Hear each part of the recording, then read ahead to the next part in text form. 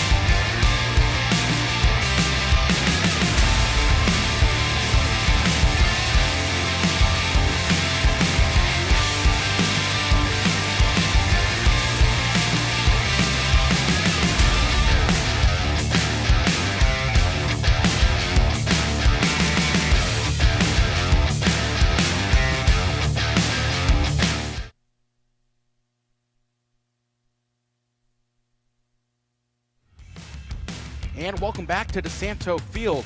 Tonight's game brought to you by Cleveland Home Title, your trusted partner for smooth real estate transactions across Ohio. Visit clevelandhometitle.com and connect with alumnus Bill Craighead, class of '92, to learn more. And also by Kolich Jewelers. Looking for that perfect gift or stunning jewelry? Kolich Jewelers in Westlake has top quality gems, watches, and bridal collections. Family owned and operated for over 70 years. Visit them just south of Crocker Park or online at KolichJewelers.com. So with that, we'll get into our keys to the game first for the St. Ignatius Wildcats. Yeah, and tonight for St. Ignatius, they're going to have to start fast. Take advantage of Xavier's 4-hour trip up to Cleveland from Cincinnati. Just get it going on the ground, utilize Colwell. Also, they got to limit the explosive plays. It seems like every game they get burned by a big play, and it comes back to bite them in the end. If the defense can stop the offense, or the Xavier offense, getting a big play early in the game, it'll help them. Also, they got to contain the quarterback. Jackson Fry loves to run on the ground when he sees open space in front of him, loves to take those free yards. And then we'll go ahead and look at the keys of the game for the St. Xavier Bombers. Yeah, first for the Bombers, it's going to be winning the turnover battle. 13 turnovers in 8 games. It's been a big part of their success, setting up that offense with good field position, putting them at an advantage in those games. Secondly, they got to stop the run. The Cats' engine is running the football with Bobinski and Colwell, and they've started to find their legs as the season has gone on, so St. Xavier is going to have to stop the run to have a chance and also score more than 20 points. They are 4-0 this year when scoring over 20 points, and both their losses, they did not reach that mark, so that's going to be a big part of their success as well tonight. And statistics are important. We'll go ahead and look at our tail of the tape first for the Wildcats. Yeah, the Wildcats this year, 1-7 record, albeit they play some tough competition. 17.8 points offensively as opposed to 32 points against on the defensive end. You know, could improve in that area tonight. Hopefully they can eclipse 20-plus tonight on the offensive end. And then passing, they've been a bit better than the running game this year, 155 to 101 in that regard for a total of 256 yards offensively. They're definitely going to need to eclipse that if they want to get a win here tonight against this tough Xavier defense. And for the Bombers, they come in 6-2, very solid record. Obviously, those losses back-to-back weeks against Moeller and Elder, 2 top teams. Just around 20 points a game, just under that at 19.6. So right at that threshold that they need to win. This is the big stat right here, though. Under 12 points given up a game, 11.8 officially. So that's been why they've been so successful this year. They've had a good defense for years, but this year it's been really good. And then offensively, only about 217 yards a game, 114 through the air, 103 on the ground. So their offense is balanced, but want to get that passing game going more. Well, don't go anywhere. Kickoff right here next on the Rock Entertainment Sports Network.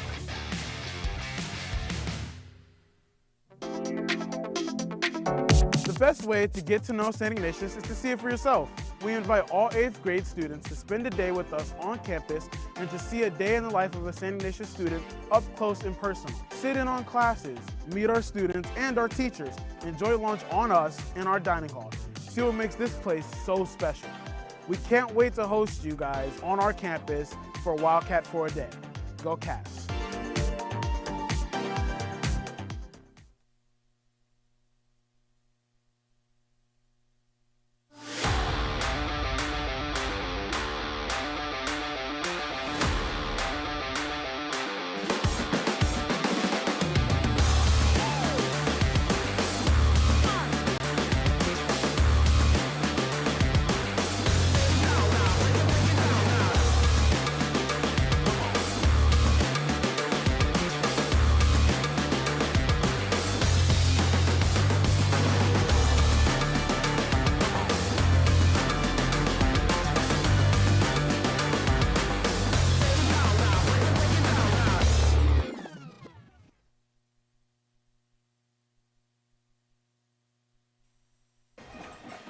Hello and welcome back to DeSanto Field, a couple of minutes away from kickoff. And really quickly, we'll go down to Henry Kober with an update from the sideline. Yeah, thank you, Dave. Over this week in the meeting with Coach Franzinger, he talked about just the frustration with injuries and how it's affected his team. The injuries have been a challenge to both the players and the team. But going into this game, this is closing in on the last couple games of the regular season, and the Cats look to make a playoff push. Right now, they are currently the 12th seed. In today's game, the mentality will just be to win this game no matter what. And despite the Cats' record, the past couple of games they faced the St. Xavier Bombers, the score has been close. So we'll see what the Cats can do tonight. That's all from me, Dave. Back to you. Thank you, Henry. And you do mention the last 2 games last year, 31-19, Xavier victorious. And then the year before in a double overtime game, Xavier wins by a touchdown. Yeah, and the bottom line in that game, and it's been a scene we've seen too many times this year, is they've fallen behind early, and they've been playing catch-up as the game has gone on. St. Xavier jumped out to the early lead. They were up 24-7 at one point. But then ultimately the Cats just fell behind by too much, and it was insurmountable in the end. It's definitely going to be huge for the Wildcats tonight, taking advantage of Xavier's long bus ride out here up to Case Western Reserve University. And we talked to Coach Franzinger, and he said he wants the guys to start really quickly. Yeah, and that starts with the Wildcat offense. Daniel Chalhoub, Owen Colwell, passing game and running game have to complement each other well today. We've seen both of them work in specific games this year. Passing game was working well against Riverside, and the running game excelled against Menor. But they haven't really been able to play a complete game on both sides of the offensive ball. And another kind of thing you got to pay attention for tonight on the offensive side of the ball, Luke Sims not going to be able to play receiver. Did have a hand injury in the game last week, so he has a bit of a club on his hand. They will be utilizing him at defensive back. And then you also look at the offensive line, no Mike Vander Oord tonight, out with an injury. So they got to find ways to get other guys in space and get them going. Yeah, no Grayson Hackadakis as well. And Luke Sims, again, with his athleticism, you want to get him involved in any way possible. But it's going to be tough for the Cats being down a receiver, but they are fairly deep at that position. Look for Matt Joyce to try to step up there. Maybe Jake Lamoran gets in on the action. We'll see what happens here tonight, but they're going to try to make up for that loss. And another key missing factor tonight, no Griffin Roberts for the Wildcats kicking unit. He's been the guy who's been kicking it away all year, and now they're going to go to Kyle Ritt, who's done the field goals. Ritt, a bit of a smaller guy, doesn't have as much leg as Roberts does, so going to be a big part if he can get a touchback here. And we also saw Luke Sims kicking the ball in warm-ups. I presume to be the backup kicker. Ritt will handle all the duties tonight. But in case of an emergency, Sims is available to go. We saw him make a 40-yarder in warm-ups. So it's Riley and Graham back deep to receive for the Bombers. In week 9 of the OHSAA regular season, Wildcats 1-7. Xavier 6-2, and the third annual Paul Lammermeyer Cup. We're underway. It's a pooch kick that is fielded by Riley. Cuts through the middle, hits a hole, and then gets tripped up at the 30.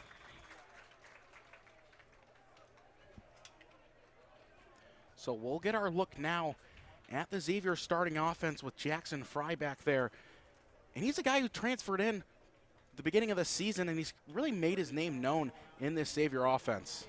Yeah, transferred in from Bexley in Columbus, and he's got some history with Columbus and Ohio State. His father, Greg Fry, was graduated from Ohio State and St. Xavier, and he's having a big season here for the Bombers, really helping them out throwing the football, something they haven't been great at in the past. So some trouble on the opening snap, and the Cats will get to him in the backfield for an opening sack. It's a good way to start. The Cats have been behind the sticks majority of the year. Didn't seem like Fry was expecting that snap and had trouble collecting it, and it just led to a nice tackle behind the line of scrimmage for the Wildcats and Nick Rivera, who's continuing his good season. Yeah, but finishing off that last point with Fry is the St. Xavier offense last year was really run, but this year they're a lot more open with throwing the football due to Fry's arm, and also he keeps defense honest with his legs.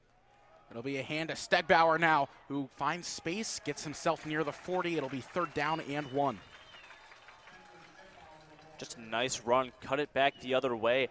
And there is a dual threat dynamic with Fry here. The Cats have to stay on their toes because Fry is able to take it himself. That allows Stedmeyer to go take it and get some yards. And they did give him enough on the last carry to give him the 1st down. So now it's 1st down, Xavier from the 40. It's been on the ground all game to this point, only the opening drive. Fry takes, play action, rolls right. Hansen in pursuit, and Fry is going to stay on his feet across the 50 now. Cuts to the near side. Fry dangerous with the legs, and then gets forced out of bounds at the 30 by Michael Packer. And that's what we talked about at the top of the broadcast was when you break contain with him there on the outside, he's going to take that open space right here. Josh Hansen gets the pressure, but that edge is wide open. Fry able to make guys miss an open field. Caden Marvin there. Tough attempt with the arm tackle, but Fry very shifty in open space. And again, that's what keeps defenses honest is his ability to make things happen with his legs. That's why you have to stay in control with your rushing lanes when going after the passer, because if you don't, he'll take advantage. Taylor motions out. Fry rolls his way to the right side, chucks it deep, and O'Brien in coverage, and that one is called incomplete. Did a good job breaking it up. He had a man wide open right there, and he missed him going up the seam. I believe it was Newdigate. I could be mistaken, but either way, he had a receiver waving his arm in the air up the seam, and no one was really near him, so he could have fit that ball in there, but was looking to the boundary the whole time, and really good coverage by Owen O'Brien there downfield. And O'Brien doesn't have too many pass breakups. Had one against Pick North in week 2 of the season, but makes a nice one there. and one that really could have gone for a touchdown. Good defensive play by the senior. Now 2nd down and 10. Newdigate in motion. There'll be a hand, Stegbauer, and he gets swallowed up. Mikey Wirtz, and a swarm of cats will throw him back. And he picks up around 2 on the 1st down carry. Second down carry. 2nd and longs is where the Cats have typically had a couple of problems this year, just containing opposing offenses. But now it's 3rd down. Big 3rd down. You're going to have to make a stop on this opening series. 3rd down and 8 officially. Ball spotted at the Wildcat 27-yard line. And it's an area early in the game last week where the Cats defense couldn't get off the field, and then Moeller, as it went on, found their legs and ended up having a really good game offensively. But here early on, trying to set that early tone and get off the field right here. That's Britt in motion, checks back out, and the pass just out of the reach, and it's ruled incomplete. Yeah, not a bad idea there on 3rd down. A little bit of orbit motion right there. What that means is going back in, or going in motion one way, then coming back to the side you were on, and right there just trying to make it a 4th down and more manageable. But it seems like sometimes you just kind of have trouble with the easy passes right there, but maybe should have hauled that one in. But sets you up with 4th and 8, and I mean, again, you're kind of in no man's land, so probably going to go for it, but an opportunity there to maybe get some more yardage and make it more manageable, and they kind of missed out on it. Xavier checks in another receiver. It's Logan Van Hall on 4th down. 4 receivers in the game. That's Newdigate in motion. Fry drops, looks near side, throws it on the comeback, and he's got it complete. And Cameron Taylor has enough for the 1st down. Yeah, he had options all over the field. Newdigate in motion was open there on the far side, but found his man near side on the out route. And just goes through his progressions and then finds his last resort there. Caden Marvin in coverage. Good way to read the field, pick up the 1st down. And a missed opportunity for the Cats to get off the field. And Taylor really been that primary receiver for Fry all year. Comes up big on 4th down, and especially the spot they're in. Now it's 1st and 10 from the 6 team. Fry takes it, drops, looks deep to the end zone, and that one is kind of overthrown, and I guess a bit of a miscommunication. He had his man McClatchy, and then he kind of threw it to the outside instead of the inside. Yeah, Angelante was there waiting over the top, so he was kind of trying to lead him towards that back corner where there really wasn't any help in that area. So if he beats Packer there off the line, then he would have had a free 6 points. But again, just kind of didn't adjust the route there. Fry kind of trying to throw him open, but just unsuccessful right there. Now Jake Britt into the game at that running back spot. No Volmer tonight for St. X, guy who they rely on heavily. They're going to have to figure out the run game another way. They give it to Britt. Misdirection back the other way. Britt works his way inside the 10 down to the 5. That play we've seen run against the Cats a couple times, and the Cats haven't adjusted to that all year. It seems to always go for a big gain. Xavier probably saw that on film and ran it, cut back on a draw play, and just a nice play to get some yardage there for Xavier and a 1st down. Yeah, it's a tough play to adjust to when you don't know that it's coming or don't think that it's coming. So when the whole line shifts one way and you run it back the other, everyone's going one direction, and it just leads to free running room, and that's why you see the Cats kind of get fooled on it a little bit. So good play design right there, and you have a chance to strike early in this one. Quick pass to the outside, Taylor, and that one's snuffed out by the Cats. Caden Marvin in on the stop. So just a nice job by the Wildcat defense, stopping Xavier on 1st down. And they're on a goal-to-go situation, trying to prevent points at all costs. You really don't want to go down early because it's just really tough to come back. We've seen that this year. Moeller went up early last week, and the Cats just could never mount a comeback, so it's good to at least hold them to 3 here. Blakeman checks in as the tight end, a bigger body for Xavier. In motion is Newdigate. And now Xavier is going to burn a timeout. 7:38 left on the clock in the 1st quarter. And I guess a big play here up and coming out of this timeout. Yeah, it's going to be huge, and the Cats have had opportunities to get off the field on this first drive, but just haven't been able to get that big stop. We've said that a few times this year. Also interesting to see how they adjust to not having James Conrad again. You see Gavin Foss in on that play before the timeout, so kind of cycling through with those linebackers. Foss, a guy they've kind of put more trust in as the season has gone on. And he's going to be a guy that's going to have to step up next year. I think you look at this team, there's going to be a lot of players that graduate, but a lot of players that are more than capable of stepping into those roles. And, I mean, unrelated topic, but the Wildcats, the last 3 weeks, have seen their fair share of pretty good quarterbacks. You know, Edson, Johnny Ivanchik, Moeller, and Matt Ponatoski, Mr. Football, and now this week Jackson Fry for St. Xavier. It's a gauntlet for this Wildcat defense just to face just such talented quarterbacks and offenses and defenses every week. Yeah, you knew coming into the season that these games weren't going to be easy when you scheduled them, and it's been tough on the Cats as a defense that started so strong has kind of faltered because of some talented offenses that they've faced. So they're looking to get back on track tonight. Starts with this drive right here. Fry under center, sends a man in motion, Newdigate. Stops at the line. It's a pitch here to Britt, trying to get the edge. And he gets swallowed up. A nice tackle there by Jay-Sean Thomas, senior, back for the Wildcats. Yeah, really good run fit there by Thomas. Playing in the box, somewhere we see him a lot is he's good in coverage downfield, but they love to roll him into the box and use him in run situations right there, tossed to the outside, just so slippery, able to get skinny in between blockers and bring him down for the TFL. And now you've got another chance to get off the field here. This drive going on 5 minutes here, or just about. Trying to hold them to 3 points would be a big morale boost. 3rd down and 9 from the 9-yard line.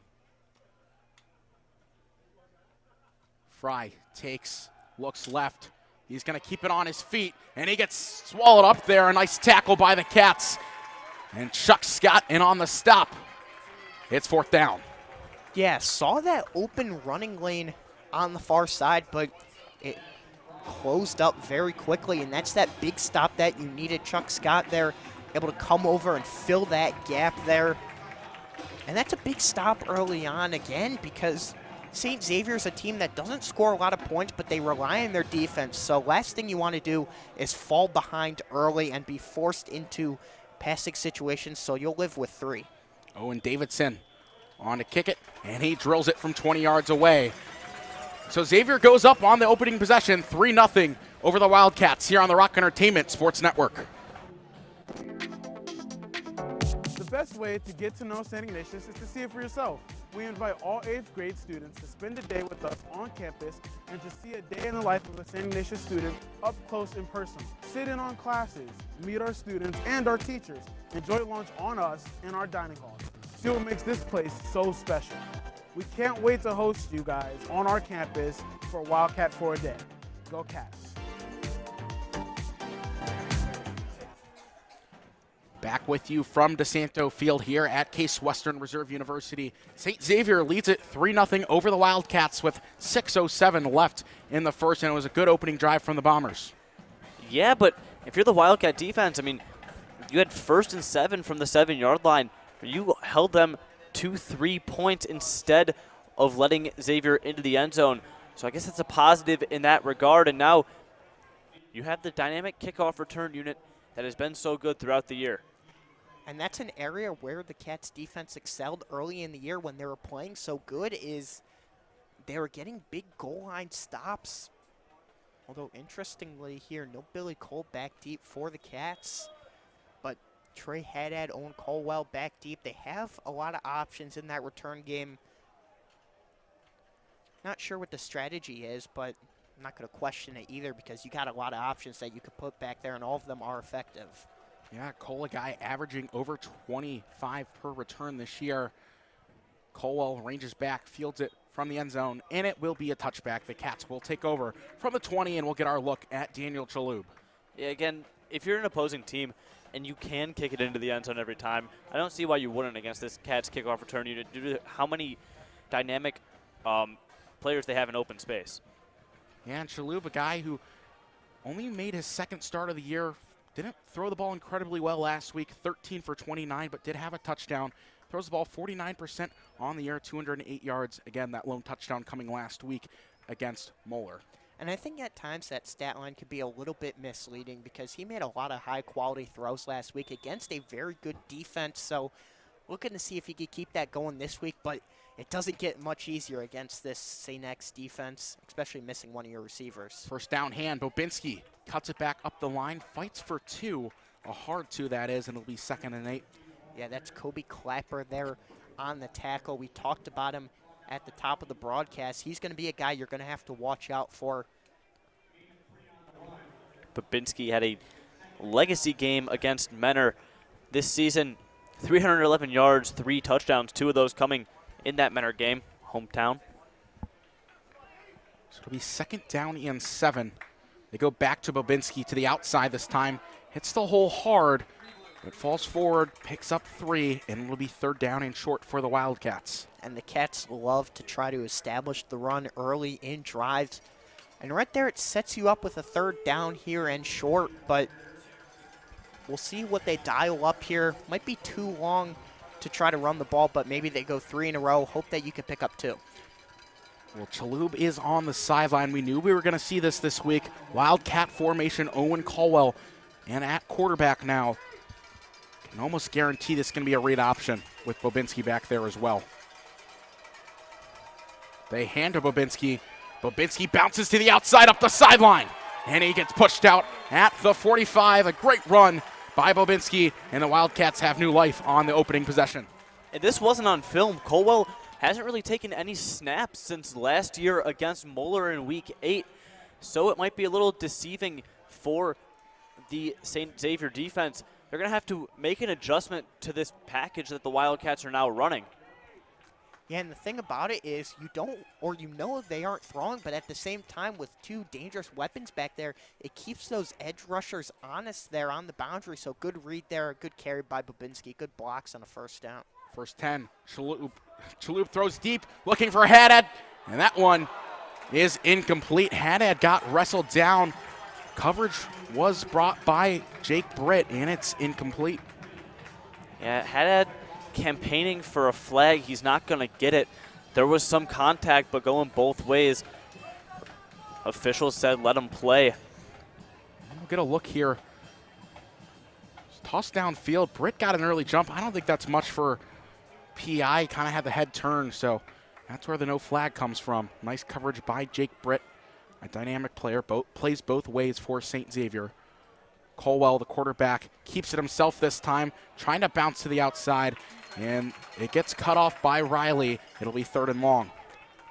And as this game goes on, St. X is going to get better and better at stopping those plays, so you got to mix them in accordingly in certain situations where the defense maybe was a little bit tired.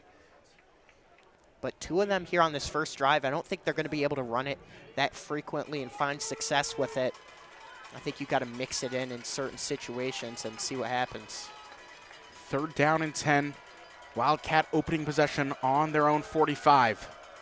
Chalhoub drops straight back, looking left, throws left to Matt Joyce, pardon me. And that falls incomplete, and the punt team's going to be on. Yeah, something I'm noticing is with those injuries up front to the O-line, a very different look for the Cats. Bobby Leskovic at left tackle. We saw him there last year. Colin Barron making his first varsity start is at left guard. Alex Miller, the center still. And then Whiteside and Davala on the right side of the line. So, I mean, the Cats all year have just been beat up by injuries. And you see up front, it makes things even tougher for you against this St. Xavier team that can really bring the heat, but they're not a team that blitzes very frequently, but they find ways to get pressure even without blitzing. McClatchy back deep, stands at his own 20. JT Hummer on to punt it away. Xavier gets back there, end over end punt. McClatchy fields it, cuts back to the middle. Joyce in pursuit. McClatchy still on his feet, breaks a tackle and another one, and then gets past the 25. A nice lateral return from McClatchy to give Xavier a couple extra yards. It was a very good kick by JT Hummer. He had pressure in his face, but was still able to get it away past the 20-yard line of St. Xavier, but just incredible job on this return. Just using that lower body, low center mass, and just fighting forward. And on the return, it looked like Quinn Kennedy was a little bit slow to get up, but he is on the field kind of waving that right arm, and it got a stinger. Fry and the offense back out to work on 1st and 10. And we'll get a whistle, and it's going to be on the Wildcats. They jumped off sides. Wildcats been very penalized this year. So, week in and week out. I mean, last week was a bit better, but still averaging just a ton of yards due to penalties each week. So now it's 1st down and 5 for St. Xavier. There'll be a hand, Stegbauer. No, it's a pass to the outside.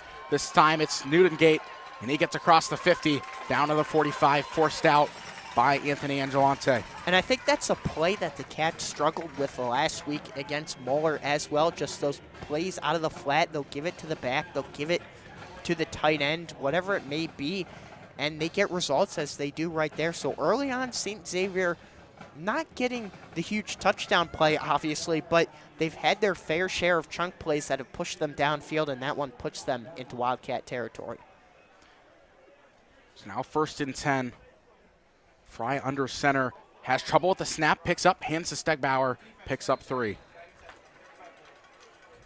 Yeah, a lot of teams don't go under center in high school, but St. Xavier team that mixes it in a decent amount, but missing one of their best options for that under center offense in Volmer, so something they're going to have to adjust to. The Cats catch a break a little bit with that. Volmer kind of acting as that Swiss Army knife for this St. Xavier squad. Plays defense, plays tight end, can throw a little bit, can also run the football effectively. So one less thing the Cats have to worry about. Newtongate in motion, settles on the right side of the line. Big hand, Stegbauer gets near that 1st down marker. I see Stegbauer very similar to Owen Colwell. I mean, we've seen Colwell week in and week out for the past couple of years, but in the sense that he just shoots out of a cannon when he gets the ball. Just very fast burst when handed the ball, and that makes for a pretty good running back. So St. Xavier set up with 3rd down and 1 with 1:54 left in the 1st quarter. They lead it 3-0 over the Wildcats. Fry in the gun. Newtongate motions. Be a hand, Stegbauer. And that one's stuffed, but he gets the extra push, fights forward, and picks up the 1st down. Just a tough position for your defense to be in there on 3rd and short, and as a result, the Bombers able to pick it up there. It's going to be crucial for the Wildcats for the rest of this game if they can get that 3rd down stop. St. Xavier with a couple of 3rd down conversions and that 4th down conversion earlier in the quarter. As the clock starts to wind with 1:25 left. Again, Moeller dominating this time of possession game so far in the 1st quarter. 1st down 10 from the 34 of the Wildcats. Fry under center, play action pass. Looking across the middle, throws this one deep to Taylor, and that one is incomplete. Luke Sims bats it away. You got to think with that cast on his hand, he could have just had an interception. Well, it looked like they might have run into each other a little bit on the backside, him and Logan Drummond. But right there, it looked like he had a man open with that tight formation, going with a play fake. But the safety help over the top, Luke Sims as a wide receiver, great at tracking the football. And right there, does a good job defensively. Just, it was a tight window to fit it in, looked open, but with that help over the top, that window quickly closing. And a great play by Sims, looking natural out there in that center field safety position, if you will. 5 receivers for Xavier on 2nd down. Fry looks left, throws right. That one complete. Still on his feet, McClatchy inside the 5, and he goes all the way for a Xavier touchdown. just had the convoy out in front on that one. They're a team that also likes to do those little screen passes to the outside. We've seen them do it a couple times, worked one time, did not work the other. But right there, the O-linemen were just all out in front. I mean, you look at this convoy he's got out in front of him, and he's so shifty as well. St. X has multiple players who can make guys miss in space. And right there, a big response by the Bombers, and they're out to an early 10-0 lead. If you're the Cats, can't let it get much worse against this Bombers defense. Davidson, the tall kicker, on to attempt the extra point. The kick is up, splits the upright, and it is good. So Xavier up 10-0 over the Wildcats with just under a minute left to go in the first quarter. Yeah, ideally this is a response drive if you're the Cats, and I just talked about it, but St. Xavier team only giving up about 12 points a game, so you really can't let this one get much worse, especially considering your offense has had its shortcomings at times. So ideally you come up with a response, but you need your defense to kind of step it up here a little bit, because if St. Xavier reaches that 20-point mark or even a little bit less than that, it's going to be really hard to win this game. So still no Billy Cole back for the Wildcats. Haddad and Colwell, the two returners, with Putka standing at the 17. And I'd also like to add that this one hasn't really gone to plan, certainly for the Cats, but a big key for them was starting strong and starting fast early, and they just haven't done that. It's been the opposite. So the Cats going to need a jolt of energy right here. Hopefully it starts with a big return. Try to get that offense going. They were solid last week. They just couldn't finish drives.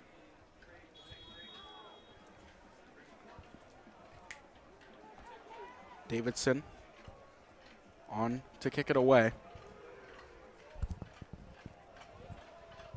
Slow run up. Now he sends it deep. And Colwell going to have a chance. Up the middle, bounces to the outside, and then brought down. Picks up one further than he would have gotten on a touchback, but nothing more. You don't know the reason why Billy Cole isn't there, but he's very good at seeking out those lanes opening up. That's why he's so effective as a kickoff returner. Without Cole, I mean, Haddad and Colwell definitely good at running in open space, but definitely missing something there. And Billy Cole has his helmet on, standing near sideline, the Wildcat sideline around the 25-yard line. So we'll see if there's any restrictions on him, but again, haven't seen him. As Bobinski gets the hand, takes it slowly at the line, cuts back, and picks up a couple. Just a patient run out of Bobinski, trying to wait for his blocks to open up. They did at the very end, but by that point there were Bombers in the area just waiting to swallow Bobinski up. And still give him credit. Picked up 4 on the first down carry. Sets up 2nd and 6. As this will probably be the last play of the first quarter. Don't have to run one if you don't want to, but we'll see what they do here. Schlub will drop. Throws across the middle. That one is intercepted. Perkins picked him off. And Xavier's offense right back onto the field. Yeah, just threw a bullet right there, but looked like he overshot his receiver a little bit. Good pocket and a firm ball, but looks like he just missed his man, and the safety over the top was right there to pick it off. So, I mean, this one going from bad to worse for the Cats to start. Solid showing there by the Bombers here going up from Cincinnati.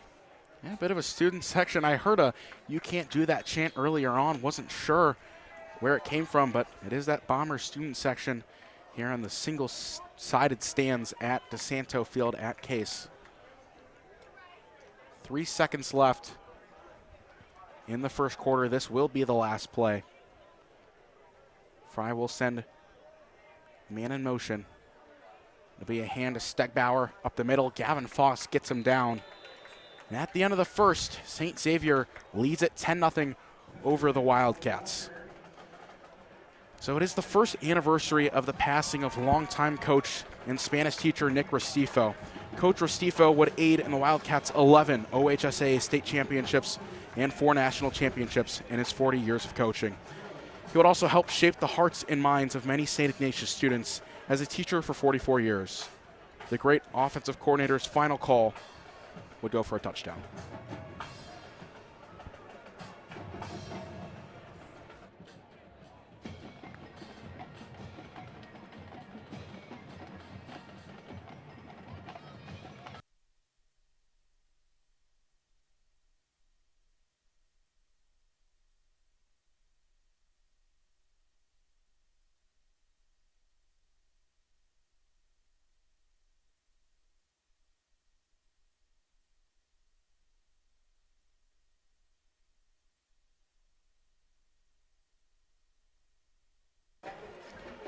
Back with you for the start of the second quarter. St. Xavier 10-0 lead over the Wildcats, and they're set up in prime position after the interception from Daniel Chalhoub.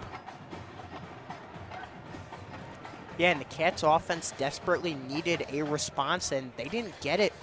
And even worse, you're setting up that Bombers offense with a short field. Again, these are the big keys we talked about at the top of the show. St. Xavier's defense, very good, and also good at forcing turnovers. The 13 in the 8 games they've played this year, and now 14 there on the interception. So making things happen there. And those turnovers, kind of a 50-50 split between the interceptions and the fumbles. I believe 6 fumbles and now 8 interceptions. So they're a well-balanced defense, and they really help out this offense, and they're putting them in a favorable spot here with a chance to go up by 3 scores. So it's 2nd down and 6 out of the quarter break. Fry thought about throwing, keeps it on his feet, goes up the middle, spins through a tackle, and then swallowed up by Jayshon Thomas, but enough for the first down. Fry doesn't just go down at first contact. He keeps his legs churning, and that was what allowed him to get that first down. He hit the defender probably 2 yards behind the marker, but eventually got enough push for the first down.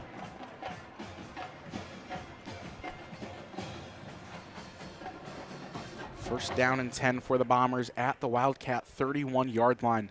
And Adam, you mentioned earlier the time of possession, but it has been all Xavier offensively in the first half. I mean, the Wildcat offense has barely been out on the field. McClatchy in motion, checks back out. Fry throws his way. That one's complete. A nice over-the-shoulder grab by McClatchy. Yeah, good touch on that football. He saw from the start that that was going to be open, but Packer closed on it quickly, but was able to lob it over his head right there. Almost got a hand on that one, but good ball, good catch. Kind of frustrated with himself that he wasn't able to get any yards after catch, but still sets yourself up with 2nd and short. Can't be mad about that. Fry and the offense go quick to the line. Takes on a pitch to Britt. Britt to the outside, up the sideline, and then gets chopped down by Owen O'Brien. Picks up the first down. Something that comes with the Xavier offense being on the field for so long is that it allows the Xavier defense, which is already amazing at under 12 points per game given up this year, it allows them to get even more rest than they already have been, and that'll just make them energized for the next time the Cats go out in the field. So it's just good complementary offensive and defensive football out of Xavier so far. Now 1st and 10 from the 19. St. Xavier officially in the Cole Schuler's diamond zone. Fry keeps it himself, checks that one off, and another missed pass out of the backfield. Looked for Taylor that time, just out of the reach. Yeah, looked like he kind of second-guessed himself, kind of hesitated, because he had options there. He could either try to run it himself or dish it to his tight end out of the flat. His first instinct was to run, but he realized that that wasn't open, so he tried to dish it out and just overthrew him a little bit behind him. Fry has made some great throws tonight, but he's missed some of the gimmies. But he's doing a good job commanding this Bombers offense that has been moving the football really well so far tonight. 2nd and 10 following the incompletion. Empty back for Fry, who rolls left. Steps, he's going to keep it. Breaks a few tackles and then shoved out of bounds, but picked up 4. Yeah, was able to make something out of nothing right there. Sorry, Adam. But was able to make something out of nothing, was able to make Rivera miss. And St. Xavier has a lot of players I've noticed like that that are able to make guys miss in open space. I mean, when Fry's doing it, it goes to show you kind of what their offense is built on. At least tonight, they've just been running the football a lot, going back to their bread and butter, and making things happen, making guys miss in open field.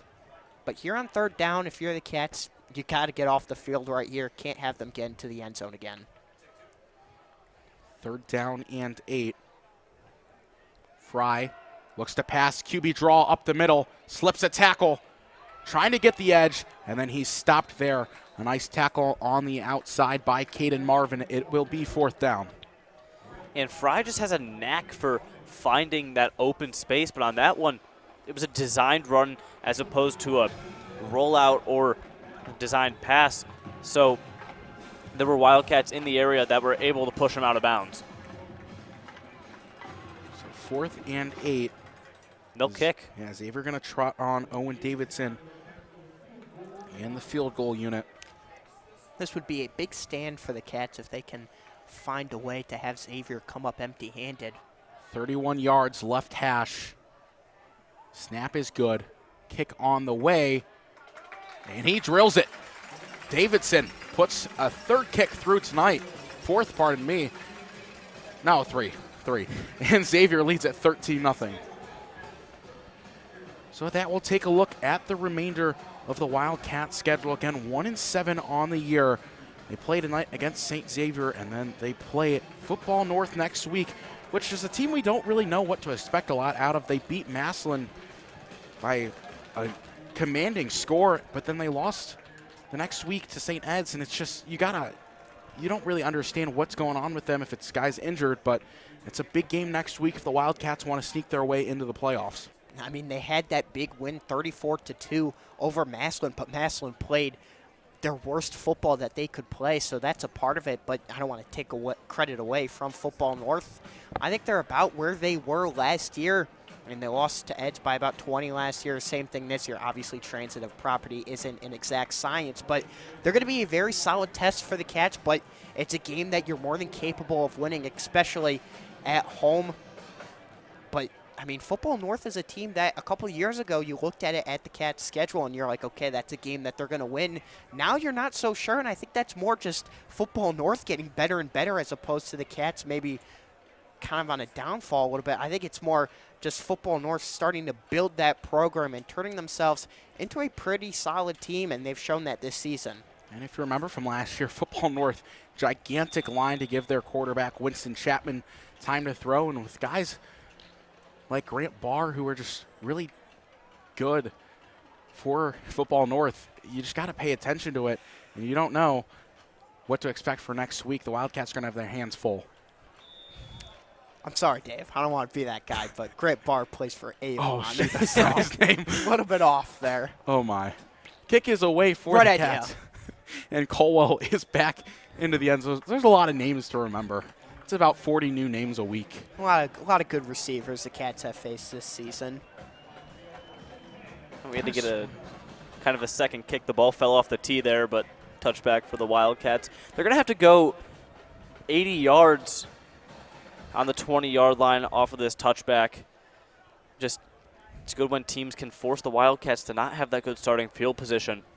Yeah, they haven't had it tonight like they have in the past or even last week against Moeller. So give credit to St. X and their special teams unit for having a game plan to try and counter these Wildcat return weapons. First down handoff, Colwell gets swallowed up immediately. Perkins on the stop.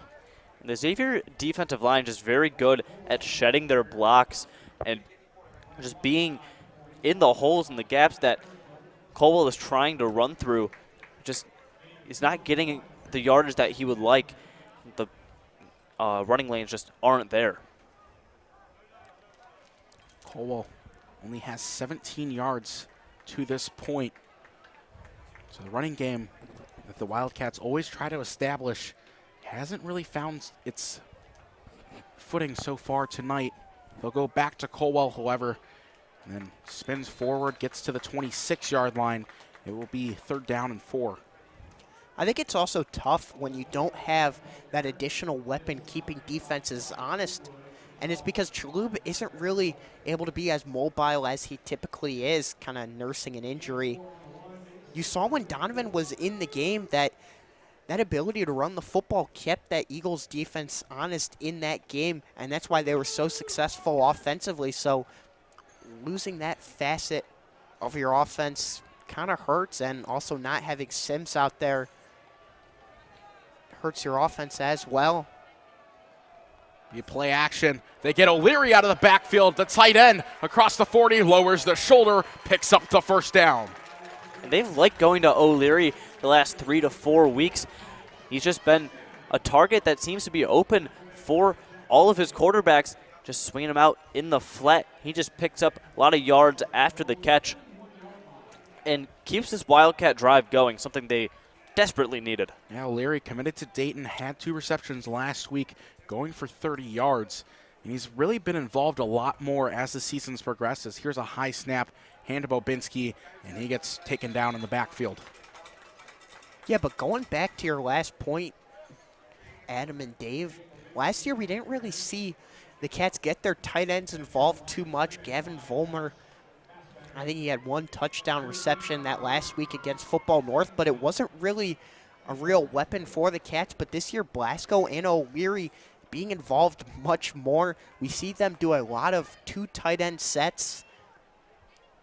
So just this offense kind of shifting a little bit. Also going to need them tonight without any Luke Sims on offense. Play action. Chalub looks across the middle to Haddad. And it's incomplete, almost intercepted again on that far side by Braden Riley. There just haven't been any big windows to fit the football into, and no exception right there. That was probably his best bet there on the far side with Haddad, but just kind of an ill-advised throw. And when you don't blitz, St. Xavier, again, they're able to get pressure without blitzing much, but when you don't blitz, you have extra backers that you can use in coverage, and it works very effectively, and that's why their defense is so good. 30 and 10, Wildcats at their own 41-yard line. Line to gain the 49 of Xavier, and before the play, we'll get a timeout from Coach Franzinger. So during the timeout, we'll take a look at the St. Xavier schedule. Started the year 4-0, then they lost to Moeller in that GCL South matchup. That has been a very good game the past couple years, and then they lost to the #1 team in the state the next week against Elder before picking up those 2 wins, heading up to Cleveland for this game tonight. And I mean, you look at those scores, just look at that defense, 7 points, 7 points, 6 points, no points, 30 and 23, but I think that was because your offense didn't really perform at the level you expected, and also you played some explosive offenses. 14 points, and then 7 points last week, that last game of the season, obviously not happening, unfortunately, but for them, the key has been their defense is being so good, it's putting your offense into favorable positions, and it's been the same story tonight. That's why they're going to be a real contender in Division I here. And you look at that last game against Life Christian Academy, that one not going to happen. So this is Xavier's last regular season game of the year before they suit up for the playoffs. Yeah, and they're going to be highly ranked in that region, but there's a lot of talented teams down in Southern Ohio. I mean, outside of Division I, right. But in Division I, you got Elder and Moeller, who are also in their conference. Chalub dumps it off at the last second, and it's incomplete. Felt the pressure from the backside and got rid of it. Yeah, had some time to throw, but again, there's just nothing open downfield, and that's what we talk about. Although I stand corrected, just kind of pressure almost immediately off the backside there, but that goes back to the point of how St. X is able to generate pressure without blitzing. So nothing's open downfield, but at the same time, we're able to generate pressure and make things tougher on Chalub, and also make things tough on this depleted Cats offensive line. McClatchy stands at his own 22. Hummer on to punt it away, low snap. Gets it away, a bomb of a punt. Fair catch called for at the 20-yard line. And the offense for St. Xavier will trot back out. It's good to get a good punt in there from JT Hummer, kind of flipping the field on that 4th down, making life on Xavier's offense a little bit harder. But now it's the Wildcat defense's time to step up, potentially get a turnover. You know, Fry threw 3 interceptions last week despite the win. So maybe one of those? We'll see. Well, the ground game has been working tremendously. And it's been working without Vollmer. Daniel Vollmer heading into this game, he's just so dynamic, 153 rushing yards and then receiving 260. So the guy can do a little bit of everything, as we'll get a false start on Xavier. And I don't really like to make pro comparisons, but it's almost like what you see Taysom Hill do for the Saints, or at least what he did in past years. And it's a big weapon to have offensively. When you have him on the field, you got a game plan for him, and you don't necessarily know how they're going to use him. But the guys who have stepped up in his role have done a great job. Newdigate, especially, we've said his name a lot. He's done a great job being all over the field, and he's gotten open a few times, and they haven't hit him as well. So again, we keep talking about the St. X defense, but their offense has also played really good tonight. Newdigate, just mentioned him, comes in motion. It's a hand. Britt shakes off a tackle and then picks up about to where the original line of scrimmage was. And you mentioned the kind of pro style that some of this that Xavier can play every so often. You also look at their quarterback, Jackson Fry. His dad's Greg Fry, played at Ohio State, like you mentioned earlier. And then he went on to play a couple years in the Arena Football League. And then something kind of interesting that you got to just like look at and see is, you know, Greg, he was the quarterback coach for Brady Quinn, and now he's coaching his son. So this is a guy who's getting NFL level coaching,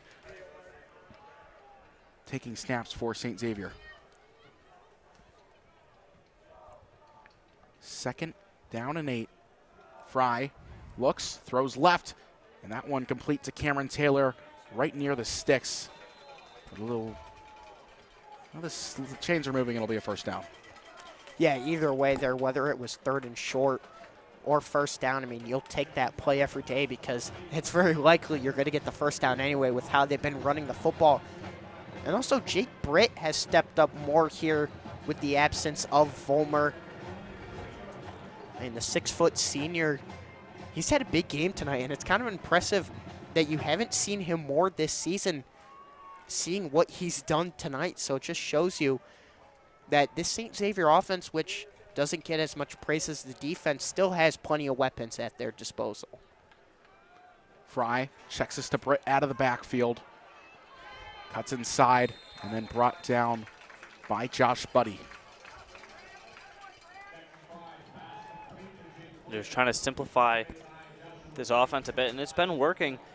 Although what hasn't been for Xavier, in 3 trips to the red zone, only 1 touchdown. The Wildcats have been doing well in that area, but Xavier has had the ball so often that the Wildcats just haven't had really many opportunities to mount drives or get points on the board. And it's really just been those chunk plays. They'll have one big play that gets them into Wildcat territory, and it puts them in position to score points, although the Cats' defense will stand tall in the end, so you want to limit those.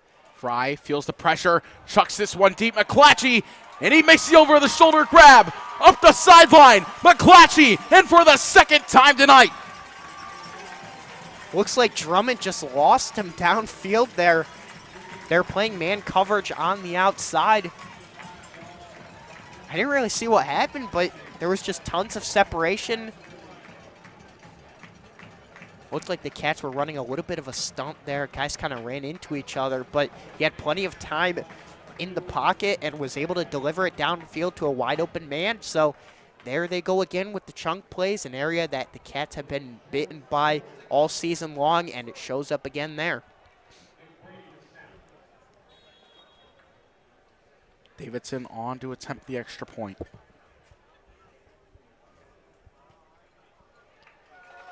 And the kick is good, so Xavier jumps out to a 20-0 lead with 4:44 left to go in the first half. You're watching the Rock Entertainment Sports Network.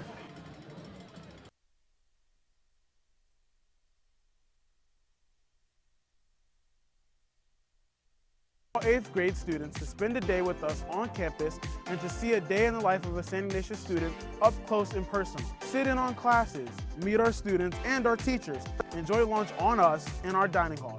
See what makes this place so special. We can't wait to host you guys on our campus for Wildcat for a Day. Go Cats!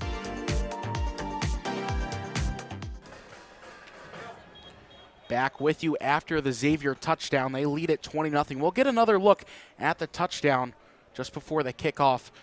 And it was just a nice throw by Fry. Found McClatchy in that soft coverage, and what a ball downfield.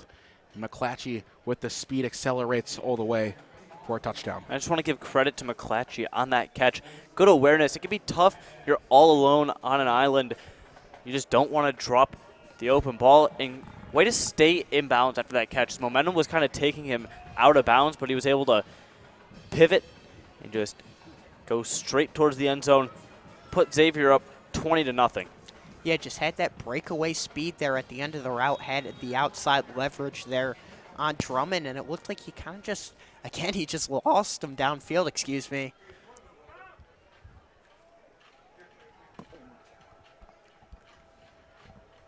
Davidson sends this one deep and away. Caldwell backpedals into the end zone. It will be a touchback.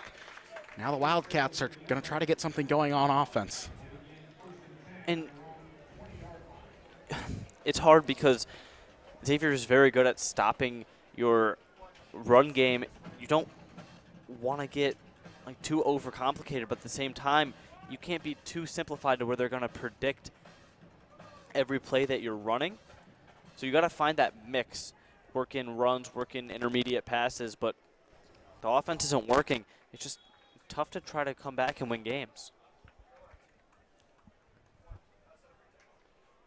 So 1st and 10 for the Wildcats. Daniel Chalub in the offense back out there. Hand to Owen Caldwell on 1st down, brought down very quickly by Fassbender. This game is being won in the trenches by St. Xavier right now. Just dominating the Wildcats' offensive line, especially when the Wildcats try to run the ball up the middle. Wildcats have had a lot of success this year running the ball outside or pitch plays, tosses, but not really up the middle. Yeah, just not climbing to that second level very often. As Chalub throws this one, and Joyce felt some contact, knocked loose and incomplete. Good coverage on the outside by Walker.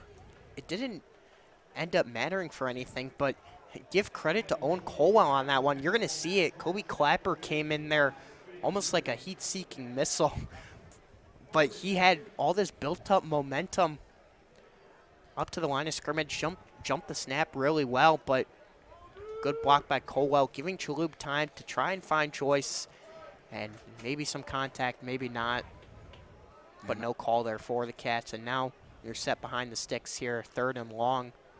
Chalub only 1 for 7 passing tonight. He'll drop back, looks, throws that one on the comeback to Haddad, and it hits the turf and is incomplete. Haddad slow to get up. Yeah, it's just frustration mounting at this point if you're the Cats, because you're not getting anything going offensively, and you can't lean on your defense either because they've had their fair share of struggles tonight. And it's something you're missing with the Wildcats, that ability for the quarterback to run the ball. Chalub pretty much has to stay in the pocket due to his injury concerns. He can't really be mobile at all, as opposed to Donovan or Micken, and just an injury-ravaged Wildcat team. Hummer on yet again for the Wildcats to punt it away. That one blocked this time, touched by the Bombers, and it's picked up. And they're going to have great field position down to the 20-yard line. Already in the red zone. Special teams makes a great play for St. Xavier. And they're threatening to go up even more after this 20-point lead. And just a nice block on the outside. Didn't get a number. I think it might have been Clapper, though. And you got to pay attention to the guy going to Notre Dame, especially on that punt block. Yeah, he brought the pressure there. And there was multiple guys getting pressure on that football, but I think it was Brody Giles who got the hand on it coming off the edge. I mean, on those punts, they're just straight rush to the kicker, and they get another turnover and a chance to really blow this one open. Fry looks deep corner, that one to McClatchy. The hat trick, his third touchdown of the night. Like clockwork. 1, 2, 3. Go Fry to McClatchy. It's just dominance on the offensive end. I mean, what a throw. Nice touch, and McClatchy seems to always be open. Yeah, just man coverage there. Running a deep post and a good ball. Good separation downfield, and the Bombers are 2 points away, although it'll be 1 point, barring the extra point, from their season high offensively. So you got to feel good about that, especially in your last game of the season. Extra point is good. And we're going to go ahead and look at the OHSAA Region 1 bracket for the playoffs. Cats holding on at that 12 spot tonight, but you know, it's going to be tough for them to get into the playoffs. They're getting pressure behind, tied for 13th behind them, Solon and Medina. Medina plays at Euclid today. And, you know, the Wildcats will go to Perrysburg if the season ended today in Toledo. Yeah, and the thing about that corner of the bracket is going to Toledo is certainly going to be a tough matchup, and Perrysburg is a good team, but I think the Cats are lower just because of that tough schedule that they've had, and really the game I look back on when they're hanging by a thread is that Benedictine game, because obviously all wins are weighted, and Benedictine's putting together a really good season, but it's a game you should have won, so if you win that one, I mean, you'd be in very favorable position to be in the playoffs instead of fighting for a spot with some tough games remaining on your schedule, desperately hoping for help. But if you somehow find a way to sneak into the picture, there are some winnable games there. Obviously, Region 1, in my opinion, is very top-heavy with Mentor and St. Ed's, but after that, it's kind of a free-for-all every year. Davidson sends this one away. And again, he limits the Wildcat kick return into the end zone for a touchback with 3:57 left to go in the half. And you just want some semblance of life out of this Wildcat offense back on the field, and they can run their offense. 4 minutes left in the half, just trying to get something going. Yeah, it just feels like a lack of energy on this Wildcat side of the football. And I mean, it piles up when you're losing week after week and you fall behind like this early and you have to try to climb back against a very good defense. It could feel very tough, but they got to try and take it one drive at a time here. The answer, Bobinski on first down with a little bit of a burst, picks up 5.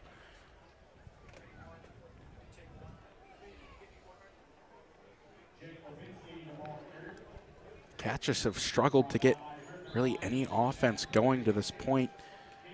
Bobinski only his 5th carry, 17 yards, and Bobinski has to come off. Yeah, and that's one of the few times that these Cats runners have gotten to the second level there. Picking up 5 on first down, you'll take that. I mean, you just need some positive yardage. You need some first downs because they really just haven't had that too frequently. Well, the Wildcats had to get a new football.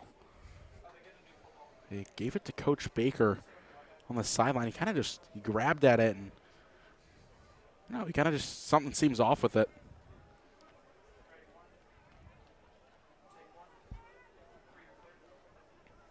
Second and 5 for the Wildcats. 3:37 left in the half. Owen Caldwell tries to get yardages, but again, Britt and Clapper get back there and get him down. Yeah, and they're trying so hard to establish the run and get themselves into 3rd and short or whatever and keep the defense on their toes. But it's just not working. They're getting stopped at the initial hit at the line. I mean, the St. Xavier defense, again, they've been very good all year, and you're seeing it in this game as they're really bottling up anything the Cats tried to do. Chalhoub. Hand Colwell. This time he has space to run.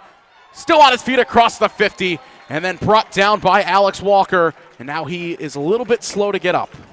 And that's the jolt you needed, hopefully. Right there, looked like he just kind of put his foot in the ground and found that wide open hole there on the left side of the line. Good blocking up front, and Colwell in open space is dangerous. Really good burst and acceleration right there through the hole. And you get yourself into Bombers territory, and hopefully you can take advantage on this drive, give yourself some good momentum going into the second half. Now in Bombers territory at the 49. Chalhoub, play action quick to Tekantic. Tekantic gets near that 40-yard line. The extra push might be enough for the first down, and they will give it to him. Tekantic's first reception of the night. And you see things start to flow a little bit once you get one play to go your way. Tekantic there just running a hitch route, sits down underneath and was able to find some open space. Colwell officially past 50 yards on the day. Putka, the running back, in the game now for the Wildcats, however. 2 tight ends set. Chalhoub drops. Chalhoub looks downfield, looking for Matt Joyce. And it's incomplete, but there are 2 penalty markers. We'll see who they end up putting this on. I think the Cats are going to get some new life here. See if they give it PI, on St. Xavier. And they do. So pass interference. I think they called it on Clapper. Now the Cats will move up. Yeah, right there, just a little bit of hand fighting downfield there. Looked like he tied up Joyce's back arm. And you'll take that all day, but they've been kind of letting them hand fight this whole game. But right there, the Cats able to get the benefit of the doubt with the call. You'll take that.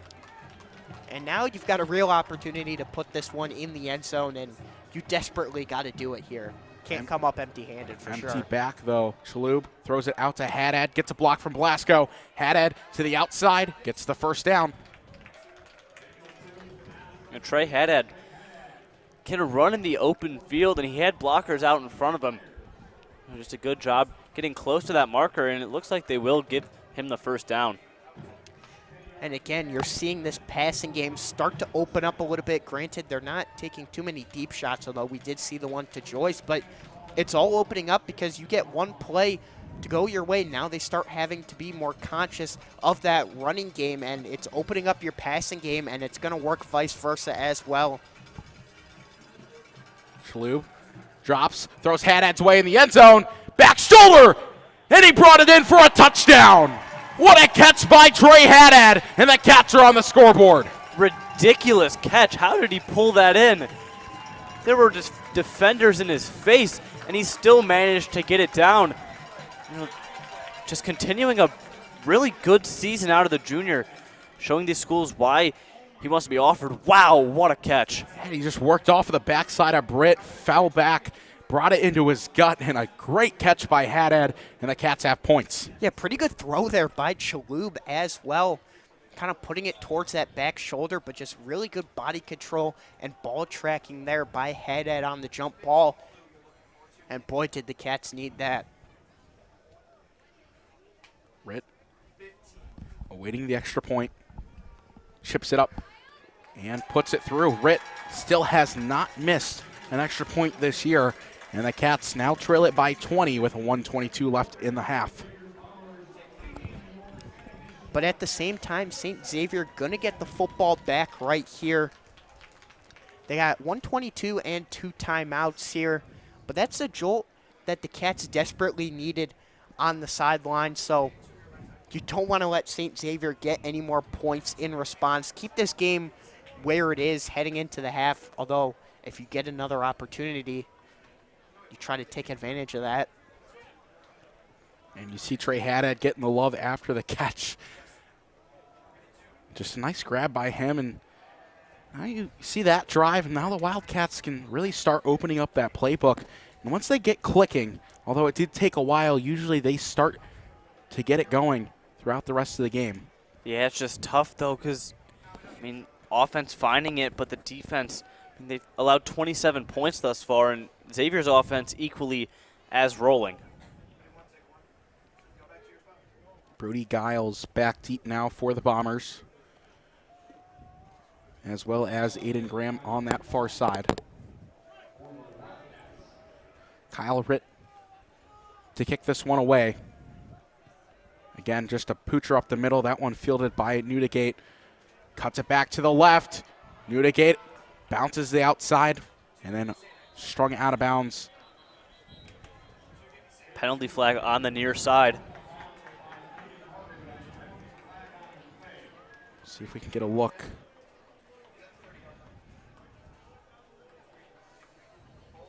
It's going to be on the on the Bombers.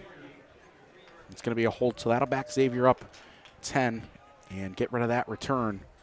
With 1:15 left to go, 2-minute drill on display for the Bombers. And that's massive because you look at it, and that return was setting them up with good field position and giving them a chance to get some more points on the board, especially with their good special teams, their good kicker that they have. So this will set them back a little bit. They still have time and solid field position at 32 to try and make something happen, but you want to force a quick stop.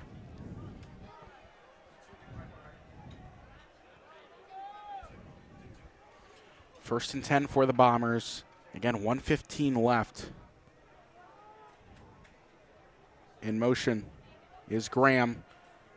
Fry dumps it off. Britt to the middle.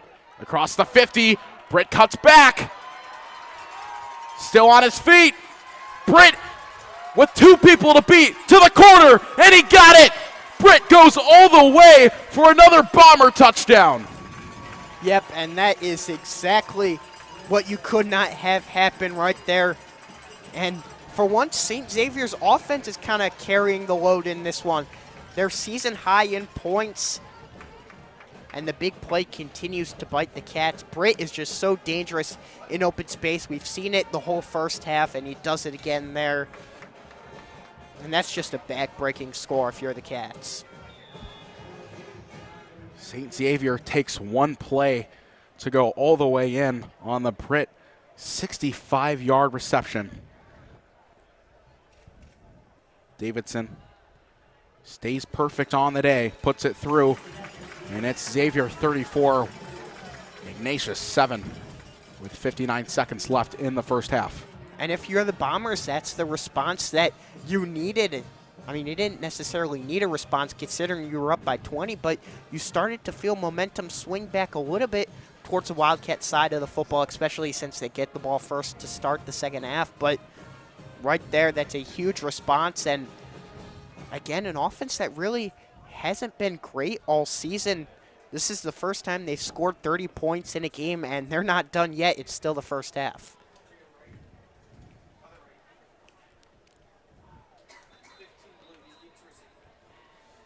Again, Caldwell and Haddad back deep. Still trying to figure out why no Billy Cole tonight. But I guess the Cats are going to have to go the rest of the way without him. But again, someone who's very dangerous returning the football for the Wildcats. You know, coming into this game, he averaged 24.4 per return, 57 long, 512 total, which is incredible, especially for a guy that young. And he set up the Wildcats with good field position, and it's not all him, obviously, but he set them up with good field position on offense that they just haven't had tonight. So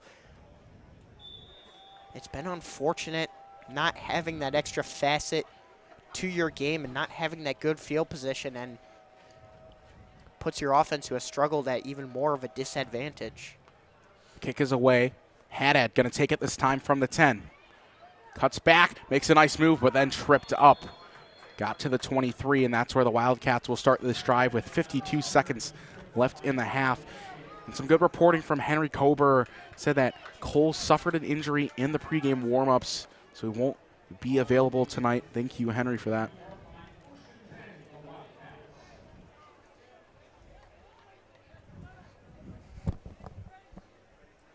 Cats are going to have 52 seconds to go down the field and try to get points.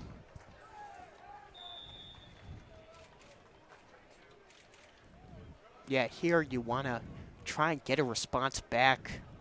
I mean, it's certainly deflating that you finally get on the board and your defense gives it back in a play. But just got to continue to keep that offense moving like they did on that last drive. Not a lot of time either. Caldwell gets the hand, slips through the line, picks up a big chunk on first down to the 40. Yeah, got to keep it moving right here, especially after that big first down play. This is a drive where you have a real opportunity to get points on the board, so you want to take advantage, especially since you've got an uphill battle the rest of the way. You probably have to throw because you're under a minute. 2 timeouts, though, for the Wildcats. Chalhoub throws Joyce and gets 4 on the reception. Yeah, that first play was just kind of to gauge where they're at. If that run didn't really go for much, then they were going to go ahead and just kind of bleed the clock. But, I mean, that's happening anyway. Cats. Under 20 seconds, 2 timeouts. I mean, I don't know, can't take them with you.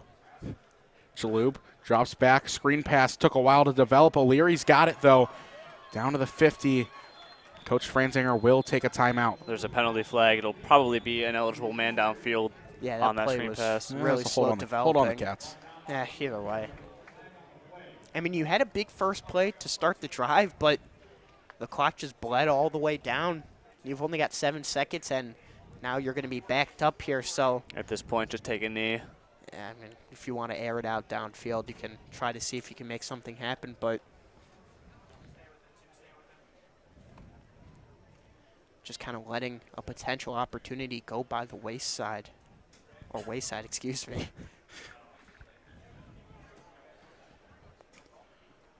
There are 7 seconds left in the half. Again, with the hold on the Cats, they're going to be backed way up. You got to think they might just try to take a knee here, limit any damage. Yeah, they're going to take that timeout anyway to try and prevent the clock from starting as soon as they get up to the line of scrimmage. And at this point, you're at the 34-yard line, 7 seconds, 1 timeout. I mean, you might have time for 2 more plays. You might just try to get this one up towards midfield, take a timeout, and then air it out downfield. Chalhoub's got a pretty good arm, so we'll see if he can give his receivers a chance deep.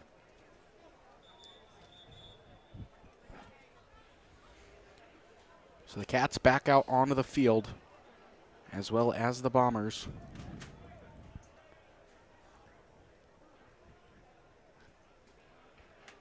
Seven seconds left. The Wildcats, we'll see what they do here. Not in a kneeling formation. They might just hand the ball off. See where it goes. That's what they end up doing. Caldwell runs right into Walker. And that will do it for the first half. McClatchy and the Bombers put on a show. 34 first half points to the Wildcats 7. And with that, we'll come back with the Cleveland Home Title halftime show after this break. The best way to get to know St. Ignatius is to see it for yourself. We invite all 8th grade students to spend a day with us on campus and to see a day in the life of a St. Ignatius student up close and personal. Sit in on classes, meet our students and our teachers, enjoy lunch on us in our dining hall. See what makes this place so special. We can't wait to host you guys on our campus for Wildcat for a Day. Go Cats!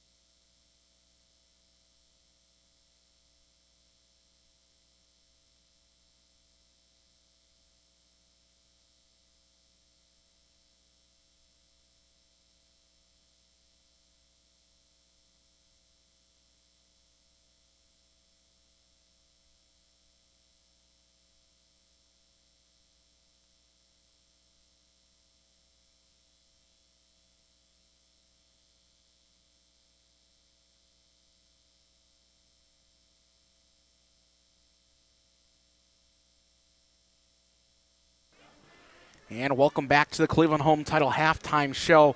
Xavier 34-7 over the Cats.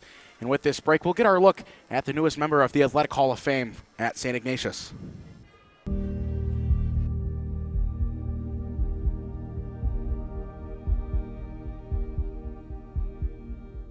I actually have a very vivid memory of Brett.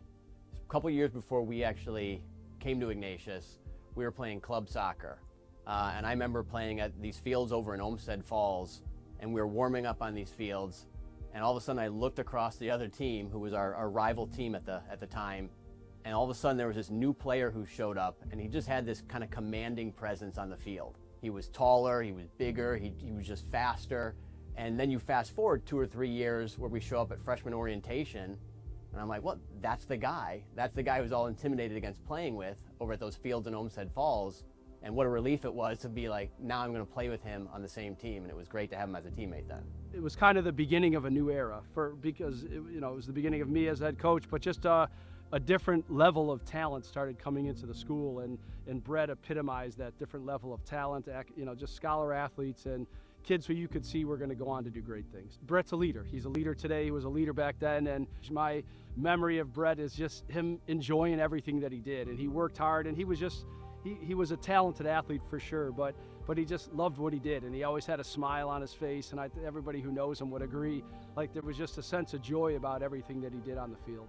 I remember the summers, and Brett, before the fall season had started, he was out going to local West Side High School football fields and taking a bag of balls, would be kicking for hours, doing 50, 60, 70 field goals, extra points, kickoffs from the different hashes, really focusing in on the technique, steps, and what you're doing with your arms and all those fundamentals.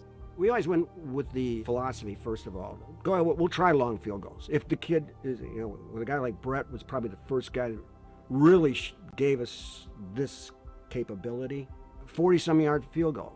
Well, in high school football, 4th down, why not? If the kid can hit him, if you can hit it in practice, then let's go. So I think what Brett appreciated was, you mean we can try 40-some yarders and 50 yarders? You bet we can. Brett was always talented. We always knew that Brett had talent, but we looked at Brett as obviously a soccer player who was kicking for us. He was, again, a multi-sport athlete, being able to play football and soccer at the same time. But the sound you heard when he would kick a football was a lot different than anything else we were hearing. Understanding for us when we would score a touchdown, and you always look over your shoulder to see if the kicker was going to make the kick. We didn't have to worry about that. We were always confident in what Brett was going to do out there.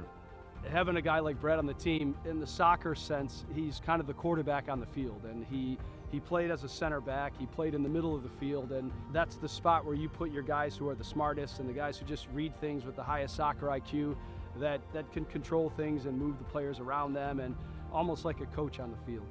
Just such a unique thing, right? That like you've got someone like Brett, right? 2 different sports, went on to obviously become an All-American in college, and then ends up following your dream, becoming, the tournament director of the Masters. It's kind of like if any of us could pick our path, it's like, yeah, I want to pick that path. I want Brett's journey, right?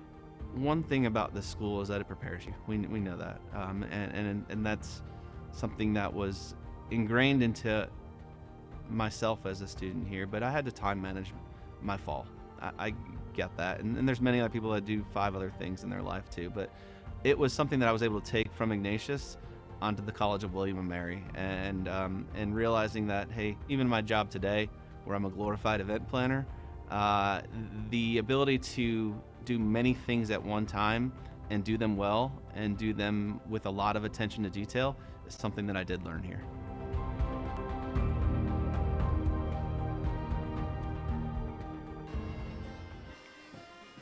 And now with our next segment for halftime, we'll get a look at the Paul Lammermeyer Cup and what that's all about in a short video.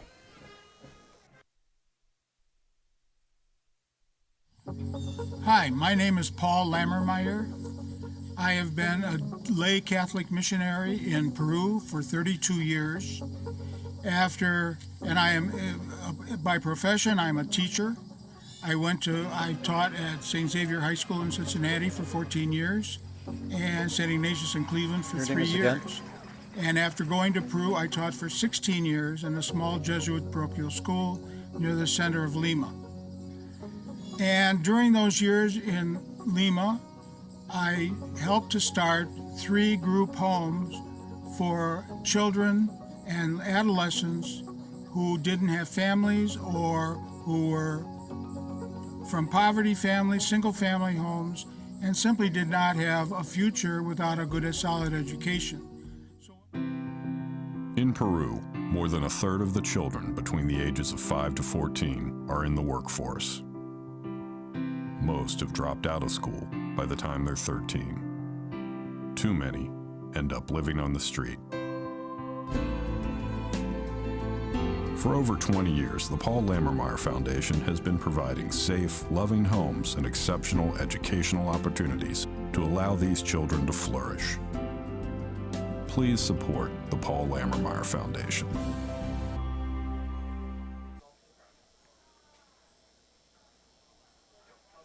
And back with you with the Cleveland Home Title Halftime Show. I'm blessed to be joined by Pete Corrigan and Marty Striegel.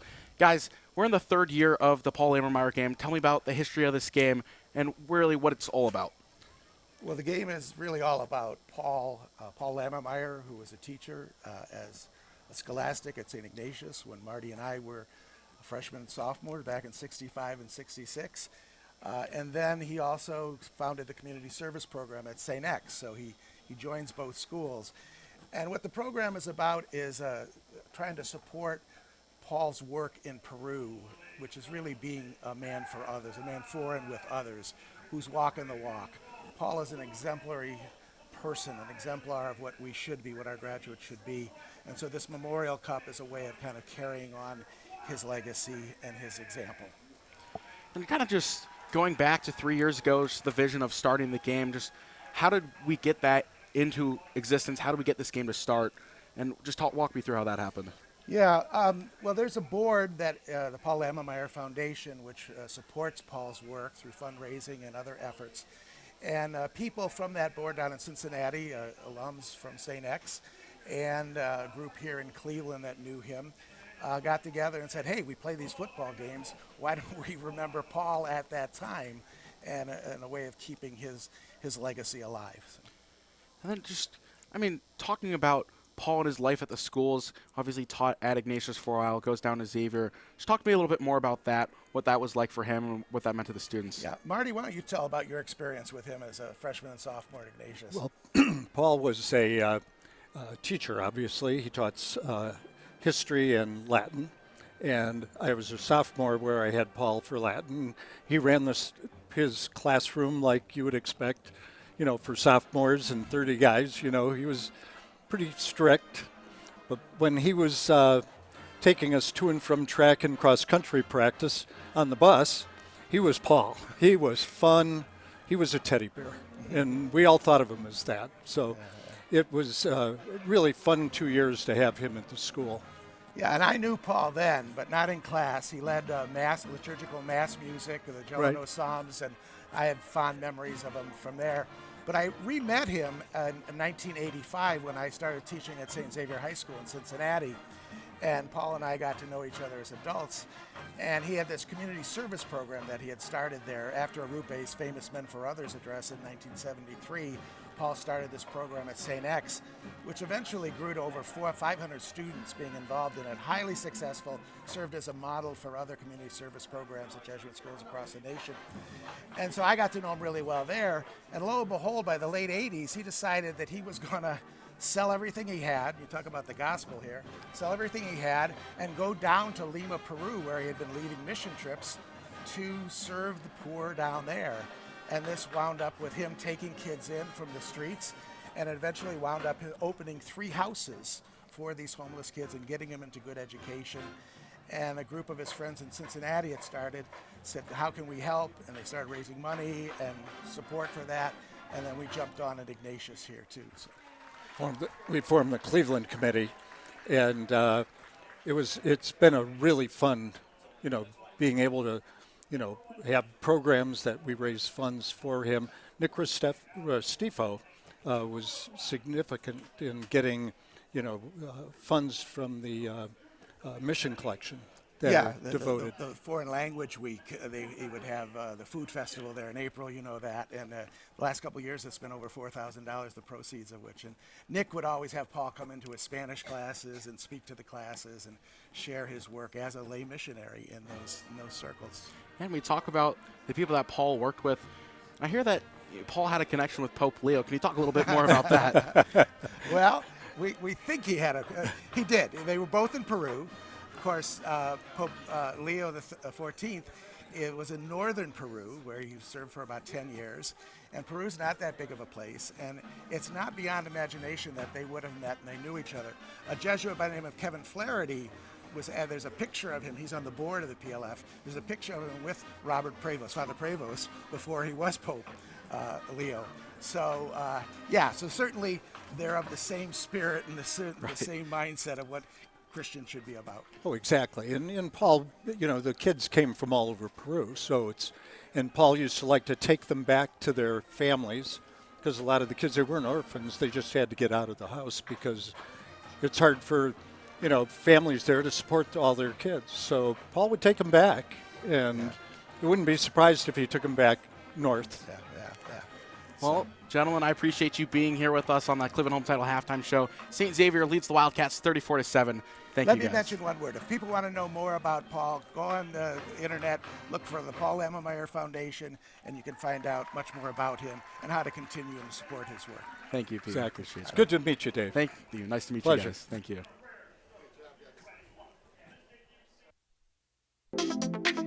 The best way to get to know St. Ignatius is to see it for yourself. We invite all 8th grade students to spend a day with us on campus and to see a day in the life of a St. Ignatius student up close and personal. Sit in on classes, meet our students and our teachers, enjoy lunch on us in our dining hall. See what makes this place so special. We can't wait to host you guys on our campus for Wildcat for a Day. Go Cats!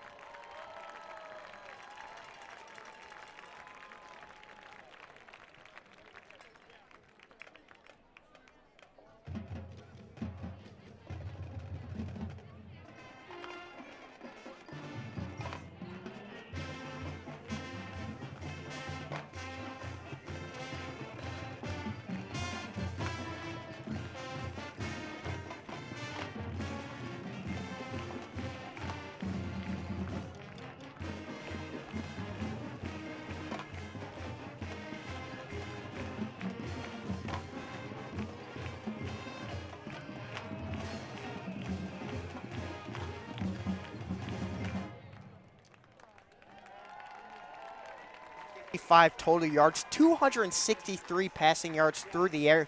Coming into this game, only averaging about 117 a game, I believe, a little bit over 110, whatever it was, but running the ball also on a good pace as well. So they're doing a good job offensively, something we've kind of seen them up and down with all year. So they've got to feel good about themselves, finally getting that offense going right before the postseason.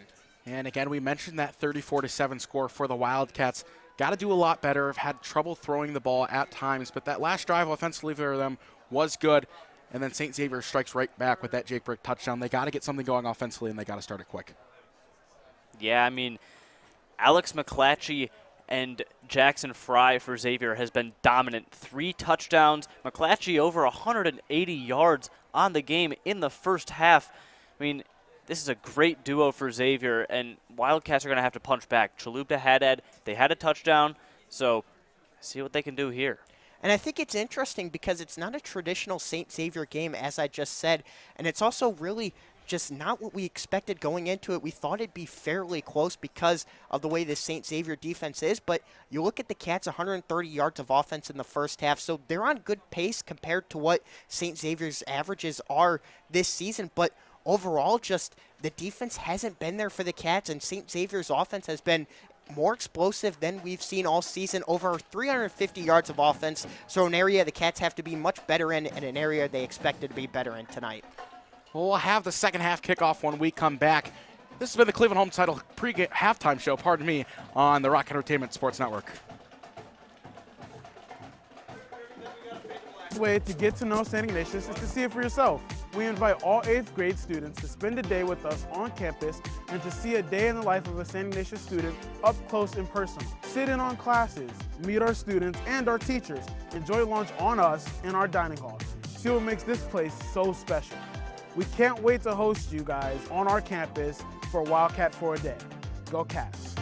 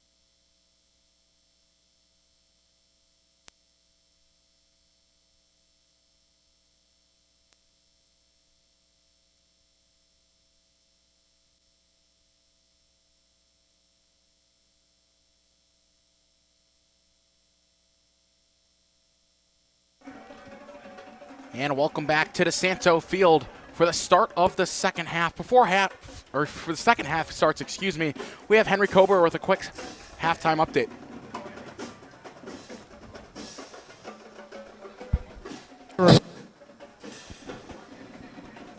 And Coach, Thank you, Dave. In the locker room, Coach Franzinger said that the guys need to stop missing their assignments and stop missing their tackles.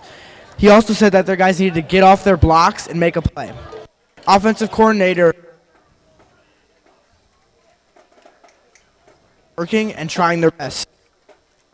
That they their business. For me, Dave, back to a couple of calm issues with Henry on the sideline. Got most of what he said. Kind of just give a recap of that.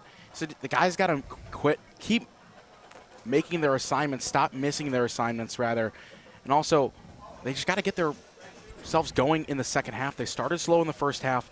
Now they got to get it turned around and going for this half. There's some dorms surrounding the field. A couple of activities going on at Case Western Reserve. Kind of a weird, I don't want to say weird, but a unique football field here is one side of stands and then everything else surrounded by dorm halls here at Case. Definitely interesting. I just hope they don't zoom in on the wrong dorm.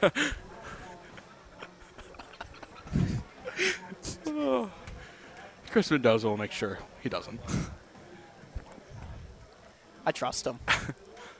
Chris does a great job producing for us over at NEO Productions. Kind enough to help us out for 3 games this year.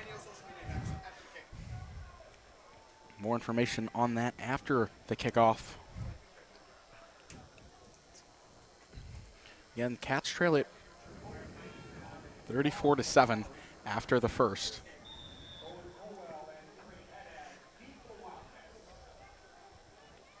Davidson kicks it away, and we are underway from the second half. Colwell fields it in the end zone for a touchback.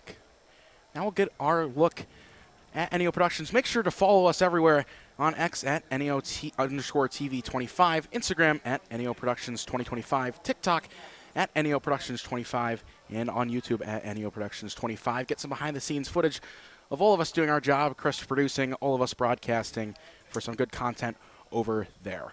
Back to the football game. Wildcats offense back out to start the second half. Again, they trail it 34-7 after a great offensive showing from the Bombers in the first. Shin O'Leary, the tight end, in motion. Chalhoub, and Owen Colwell trying to get to the outside, but he's shut off there. A nice tackle off the line. Yeah, just a tough play there. They sent O'Leary across to try to act as that lead blocker, which they do a lot. They love to use those tight ends in kind of pin and pull situations.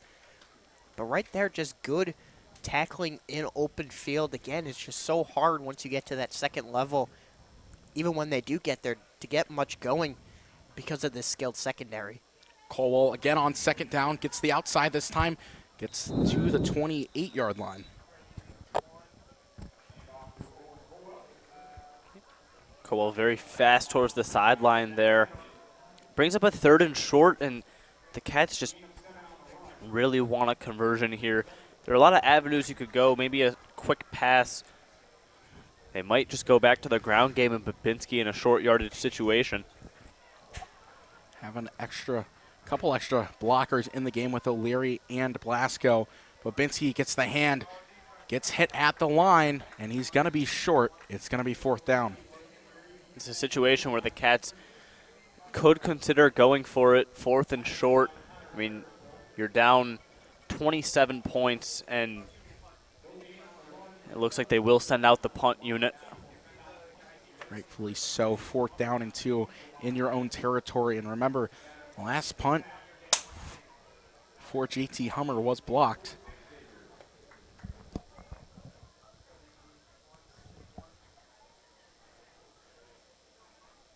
Yeah, St. Xavier just kind of goes with an all-out rush to try and block the kick, and it worked to success last time. So they're going to try and replicate it here, but don't send as much pressure. Hummer end over end, skips at the 40, and then takes a bomber bounce, and it's down at the 43 there by Angelante. Just seems like kind of an interesting decision not to go for it. Not necessarily a bad one, but right there, 4th and short in your own territory. It's a very tough spot, but, I mean, you're down by 27 in the second half, so you really wanted to get something going out of the half, try to get back into this game, but just you weren't able to get anything. That drive didn't really gain much traction there. Tried to run it on 3rd down. Weren't able to get anything as, again, the run game just hasn't been great outside of a few big plays. And give credit to the Bombers' defense. And once again, your defense in a tough spot here. Got to come up with a stop if you want to have a chance. Gate in motion. It'll be Hans Steckbauer up the middle. Picks up 4 on the first down carry. Xavier can go to the ground game and just try to burn this clock down. Just keep it moving on the offensive side of the ball. Try not to let the clock stop too much.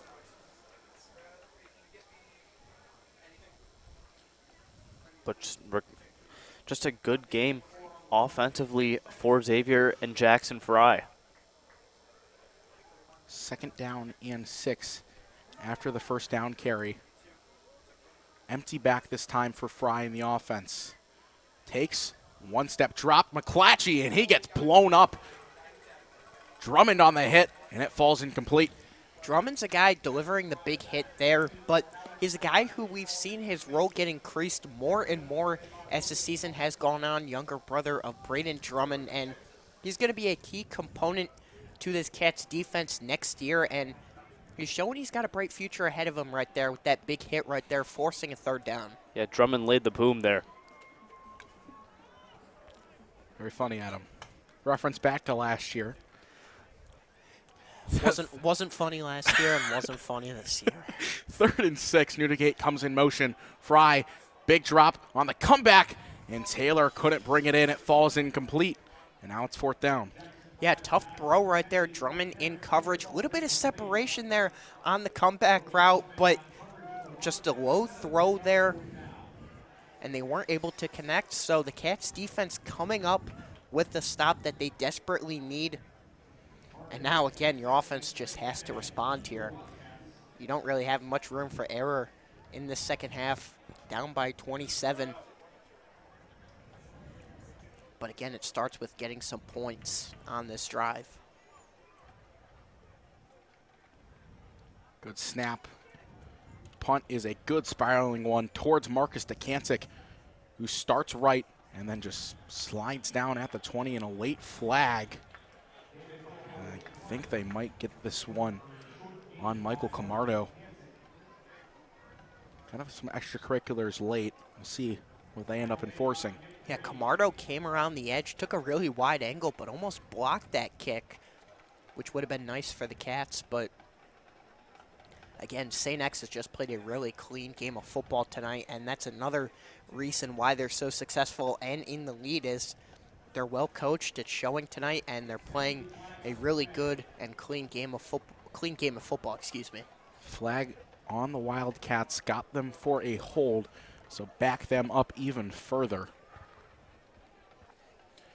Going to be a really far distance the Wildcats are going to have to travel here offensively, and the Xavier defense is, again, we've said it, I mean, not we, but it's happened so many times this year. They've just not allowed a lot of points.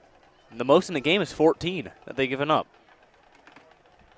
Again, it doesn't help Chaloup, only 5 of 12 passing for 49 yards on the day. Again, 1 touchdown to Haddad to that 1 interception earlier in the ballgame. Cats start this drive from the 9. Chaloup looks, throws across the middle. Haddad got it, cuts all the way back across the field, gets past the 20, and the ball's loose. And they're going to say he was down. Yeah, just tried to make something happen there in open space. Haddad is dangerous in the open field. Just trying to reverse course. And yeah, very clearly down right there. And he was able to get the first down, so that's an added bonus. And a lot of lateral movement for him. Only picks up 10 despite a lot of running for the junior wide receiver. But did pick up the first down. Cats now have it at the 20.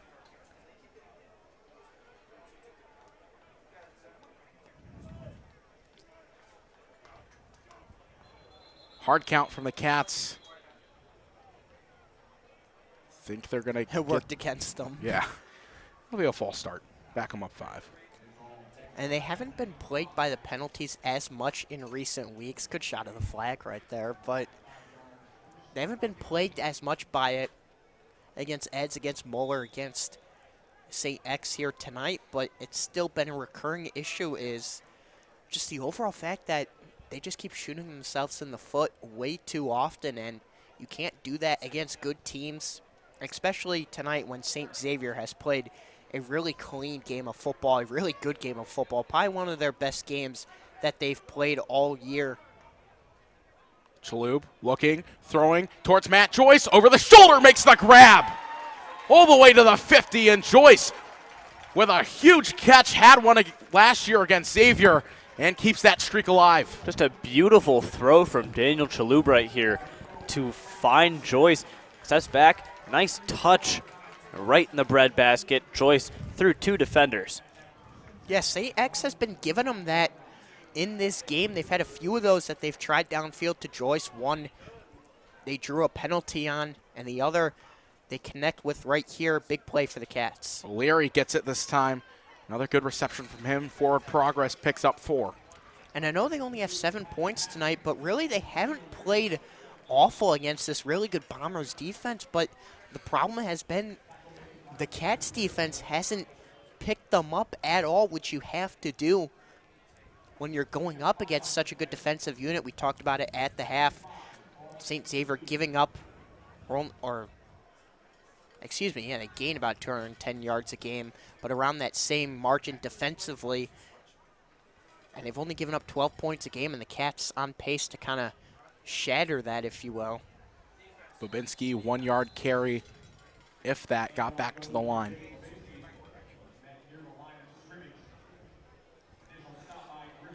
Be 3rd down and 5. Again, the Cats just really haven't been able to get much going offensively despite that one had touchdown. With the Joyce reception on this drive, you want to make some use of it. They love going to the run, especially in 1st and 2nd down situations. Now they have to go through the air on 3rd down. Chalhoub looks, fires short to Kancik, who makes a grab on his leg. I think they're going to say it was incomplete. Lost possession of it as he went to the ground. And it'll be 4th down in kind of that weird spot of the field. I think the Cats are going to keep the offense out.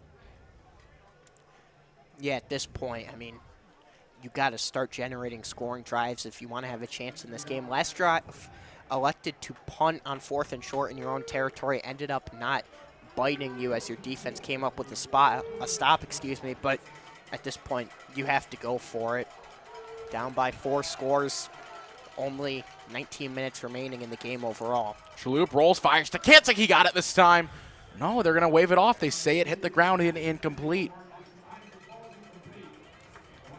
Had a little bit of separation there, but just a little bit low to Kancik, unable to corral it. I'm going to go to look here. Yeah, let's see. I thought the Kancik had it, but when he got up, the ball was not in his hands. And yeah, it just fell between hands and incomplete. It rolled away too. And good play there on defense by the Bombers. I mean, their defense has been playing well all year, and you could see it here tonight. I don't think tonight has been their best showing, but they've been good overall, and their offense has more than picked them up. And it's crazy to think that giving up 7 points in the 3rd quarter is considered not their greatest game defensively, but that goes to show you just how good they've been. Stegbauer on the stretch. Maybe got to a nice hard hit there on the outside by Kennedy.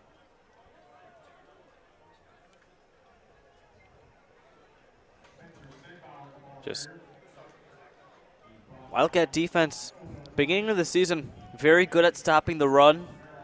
Last couple of weeks against very tough competitions, and plus all of the injuries that have occurred, it's been challenging for them to really stop teams from getting points on the board, but they'll take those good plays.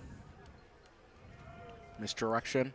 Stegbauer sheds off a tackle and then gets upended by Kennedy. And, Adam, going back to that, a lot of, I guess, a big factor in the Cats' struggles defensively. You got to give it credit to the offenses they are playing, but the injuries all year have just been detrimental to the Cats' defense, and the offense, rather, as well. Yeah, Franziger kind of reflected on it this week. He said going into the season, you kind of think you're going to have guys like James Conrad, who, granted, has still been great when he's played. You're going to have guys like Caleb Cupp in the secondary, and those guys just haven't been able to stay on the field, or they had unfortunate injuries that took them off the field. So a defense that was so good early in the year has just been decimated by injuries week by week. Pressure coming this time, and Fry's going to go down. Wildcats get to Fry for the first time tonight, and it'll bring up 4th down. Yeah, it looks like it was Michaelek getting in on that one. He stepped into a bigger role this season. Again, when Fry sees the open hole, he tries to run, and right there, Michaelek was able to shed off the block there and come up with the big sack and force another punt. So the Cats defense now stepping up in the second half, but it might be too little too late. Another good punt, fair catch called for by Haddad. Fields it at the 12. And that's where the Cats will take over. And I guess it might be the first time we see Jake Lamarand at the varsity level. He put on his helmet, strapped it. Looked like he was going out there. We'll see if they actually throw him in. Yeah, Lamarand, a guy who has been very stout at the JV level this year. Very good at the freshman level last year. Him and Micken had really good chemistry and connection. Obviously, Micken not playing today, but also a very talented basketball player. He's going to be a big part of this team next year, certainly. Lamarand doesn't get the nod this time, but you mentioned, Alex, with graduating Luke Sims as well as Matt Joyce in that wide receiver room, Lamarand's going to have a chance to step up next year. And I think you look all over this team. There's a lot of senior starters that you're going to have to try to replace, and I think they have the talent to do it. Bobinski, one of those senior starters, gets the hand, doesn't get much of a hole, and he's swallowed up.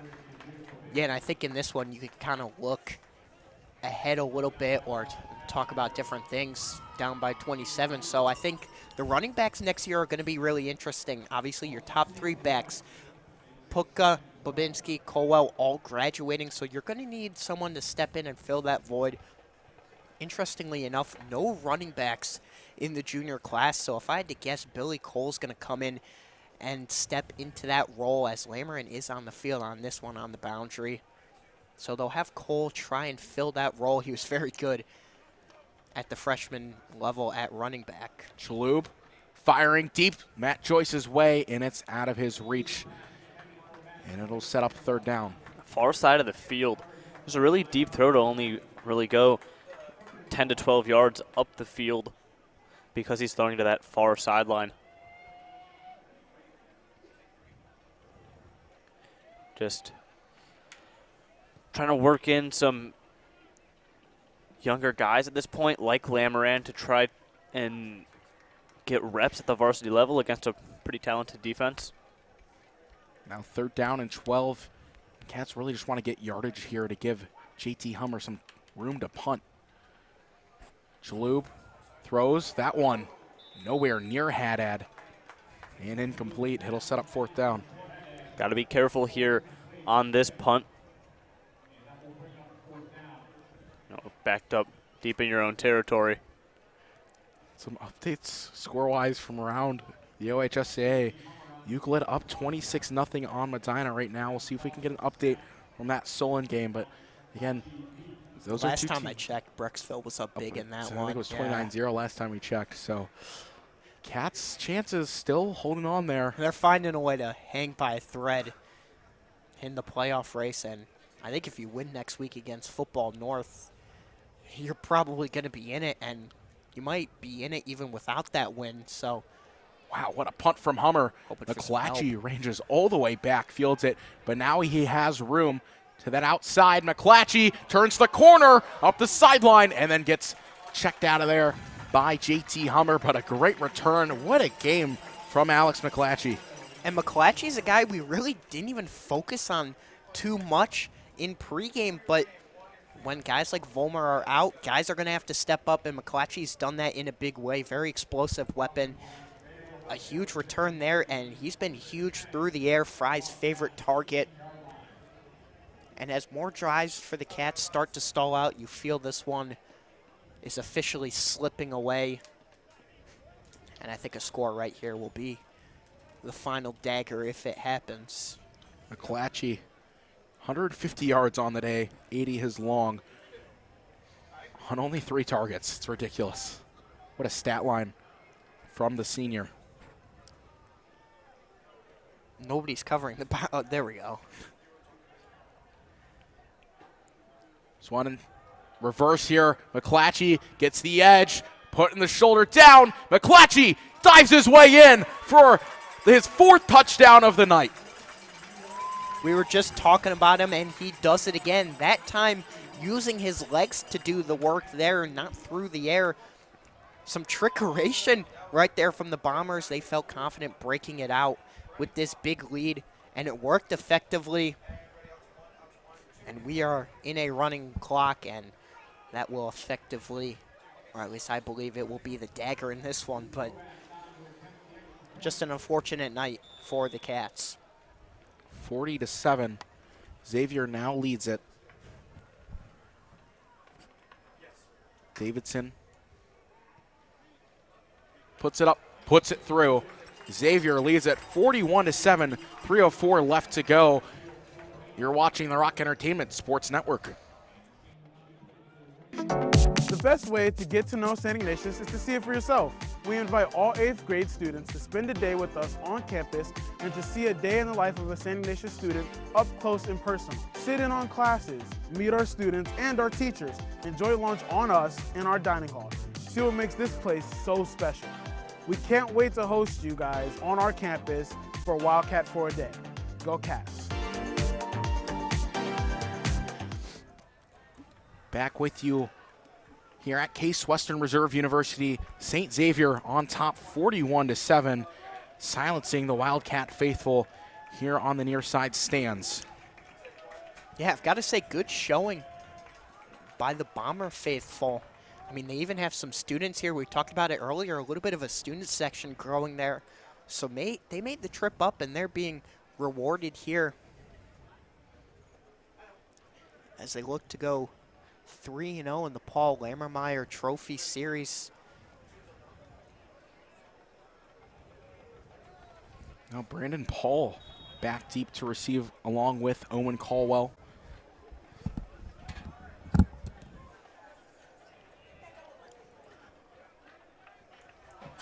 Davidson kicks it away, and it's into the end zone. Caldwell fields it, and that will be a touchback.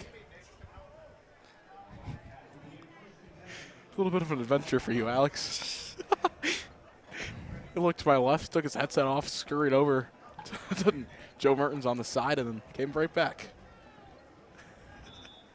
Just had to tell him something real quick. I was still watching. I can multitask. Yeah, as you're watching, somebody from the dorms watching the football game on that far sideline. If he's a Xavier fan, putting on a show. They lead at 41-7. I don't think anyone from Case is a Xavier fan, Dave. Maybe they went to You Xavier never know. High It's a School. good school. I know somebody who's a Xavier fan that lives in Florida. So, you know. Here's a hand. Putka gets to the right side, picks up a few.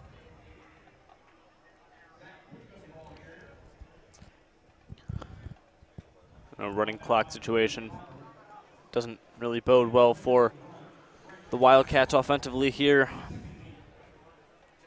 Puka getting some run. Like to see that. Puka, nice downhill runner. And Putka really, I guess, the secondary back to Colo in his freshman days, and then got the primary snaps as this pass incomplete to Haddad. Got majority of the snaps after Colwell went down with a lower body injury in that St. Edward game freshman year. The Caps would end up losing by a point. But then Jake Babinski kind of emerged, and he's really made himself known as an athlete. Babinski, varsity hockey, varsity football, and varsity rugby. So, 3-sport athlete, definitely a contender for the Wirtz Athlete of the Year award for this class of 2026. 3rd and 8. Chalub steps, throws across the middle, and again, just in between two receivers, nearly picked off, and it'll be 4th down. Just feels like offensively they haven't been on the same page a few times tonight. A little bit of confusion. And again, it's just been a rough night offensively as well. Hard to do much against this Xavier offense. And just overall, it's been a really rough game for the Cats. Just hoping here in the 4th quarter, I feel like I've said this in prior weeks, but just hoping you could build some good momentum going into next week, your final game of the season, a winnable game against Football North. Just trying to make something happen here late as they're going to fall to 1 and 8 here. Hummers punt away, a good one. And then a nice tackle there by Camardo. Hit him as soon as he caught it. Yeah, they've gotten Camardo a little bit more involved in this one. Kind of using him in special teams as a gunner, as it looks like a bomber is down. I'll just get another look at that Camardo tackle, excuse me. But as soon as Giles catches it, the young gun gets down there, makes a tackle. Yeah, I mean, it's just another fast, athletic player in this wide receiver room, and they can use him and find ways to get him involved here late in this game as a gunner. Good to see that moving forward. Good to see that for next season. And during this injury timeout, we're going to look at the series history between the Wildcats and the Bombers. St. Xavier leads the series 17-15, been pretty close, but some teams that really like to go at it in the playoffs. They met 3 times in the state finals, 92-01 in 2016. So the last time they met, Wildcats had a chance to win it, slip at the 1-yard line, come up short in that state final game. Double overtime game at Ohio Stadium. That was a game for the ages in 2016. Xavier came away with that one, but Wildcats are 2-1 in those state finals. And with that 5-5 in the last 10, Xavier's going to pull ahead here in that last 10, I guess. So it'll be them leading at 6-4, and then they're going to jump ahead to 18-15 against the Wildcats all time in this cross-Ohio Jesuit matchup. Yeah, they're not going to get a playoff here before the end of the 3rd either, so they'll head into the 4th with a comfortable lead here, 41-7. So that'll do it for the 3rd quarter. St. Xavier still on top, 41-7, here on the Rock Entertainment Sports Network.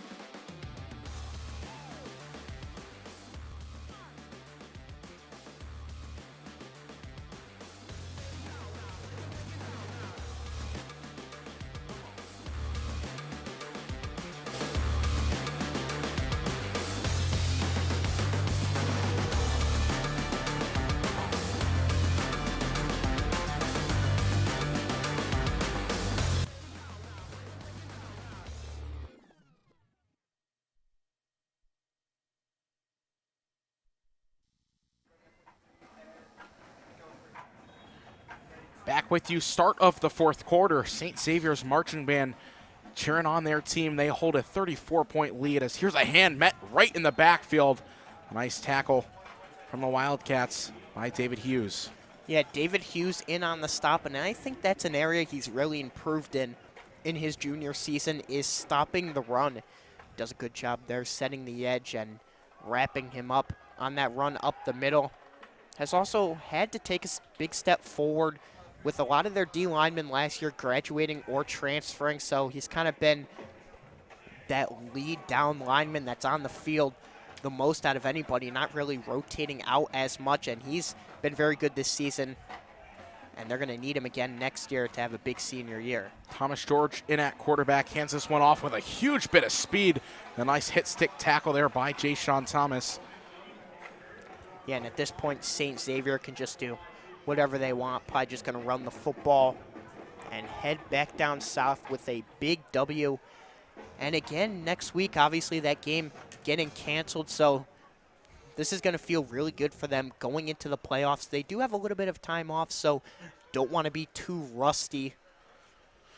But again, you got to be feeling really good, especially since your offense is finally finding its legs, having their best game all season. 3rd down and 4, following the carry from Roman Dean. Dean gets his number called again, and this time brought down by Gavin Foss. Normal long snapper for the Cats. Steps up defensively, makes a tackle. And I think when you get into these late game situations, you see a lot of different players get in, and you see guys who maybe aren't contributing a lot this season, but are going to be a big part of this team's future, and Foss is one of them. He's played a lot tonight in a lot of different ways, obviously the long snapper, but also getting involved at that linebacker position, and I mean, he's played well tonight, so give credit to him, and it'll be good for him to use that going forward. Punt is away. Takancic has a chance to return it, throws on the brakes, and then gets swarmed with a nice gain tackle. Yeah, and something else when you look at Xavier not having a game next week is they're also very likely going to have a first-round bye in the playoffs, so it could be a fairly long layoff for them. So the biggest key for them, is staying fresh. And again, just building off what they've done tonight, because they've played a complete game of football, haven't really made much mistakes. For the Wildcats playoffs, pretty much everything besides a Wildcat win that they needed to happen tonight happened. Medina lost, Solon lost, Riverside won to get them computer points, As Chalhoub throws this one, another high pass, this time targeted at O'Leary and incomplete. Yeah, Chalhoub is going to have to take his licks in this one because they don't have any other quarterbacks outside of JT Hummer if you want to throw him back there, but you also want Chalhoub to continue to get more comfortable, as he'll probably be starting next week as well. We'll see. Yeah, Chalhoub throwing 9 of 22 right now, only completing 43% of his passes, pardon me. And only 90 yards to go along with that. And it's kind of looking more realistic, as here's a hand for Putka, picks up a chunk yardage, give it 5. But Chalhoub as a starter is going to fall to 1-7 and hasn't won since that Dublin Kaufman game. That was way back in week 3 of last year. Nice run by Putka, lowers the shoulder. Yeah, good blocking there up front to create that hole. And we'll see when the final results come in and how the points are accumulated. But there's a good chance that the Cats have a chance to control their own destiny next week with a win over Football North. So when in your end situation, very well could be. Not at all confirmed as Chalhoub throws. O'Leary makes a nice grab, stays on his feet, lowers the shoulder, and picks up a first down. O'Leary's just been getting involved more and more as he checks out now. Blasco will replace him, but kind of just got to bite your tongue that O'Leary wasn't utilized more, especially when he comes out of the flat, picks up, it seems like 8 yards. Everyone seems to forget about him, but a very talented tight end. Yeah, having a tight end that you can throw the ball to and who could be trusty underneath is a great safety blanket and can really help your offense moving forward. That's why they've utilized the tight ends more this year, also for blocking purposes, obviously. Putka on the carry.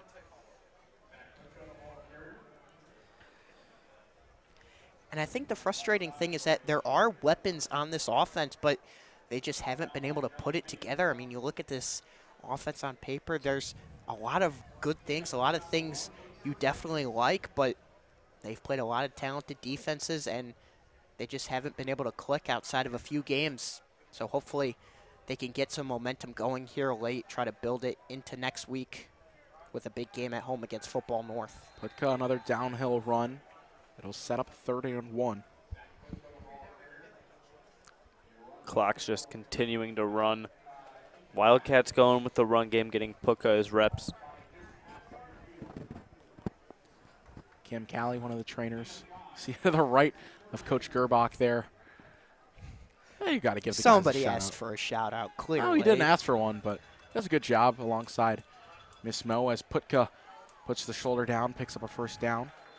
But I mean, the training staff has been busy really all year, and they do a lot of work behind the scenes. So huge shout out to them. Yeah, on this drive too, kind of unrelated, but I think you're seeing a lot of really good downhill runs by Putka. Also, St. Xavier playing very soft defensively, so they're willing to give you that. I mean, at this point in the game, whatever happens in these final 6 minutes will be a moot point, as it'll be highlighted by how well Xavier has played tonight. Shalhoub to Lamarand, and it's incomplete. Knocked out of the hands. Thought he had it for a second, but great coverage downfield by Eli Herms. He had the separation, but ball was a little bit underthrown, but still a pretty good deep ball. That's a tough throw, and just really good closing speed and coverage there. That's just good offense, better defense right there from Xavier. And even late in this game, they're still flying to the football. Clock inside of 5.5 minutes. Again, the Wildcats trail by 34 to the Bombers.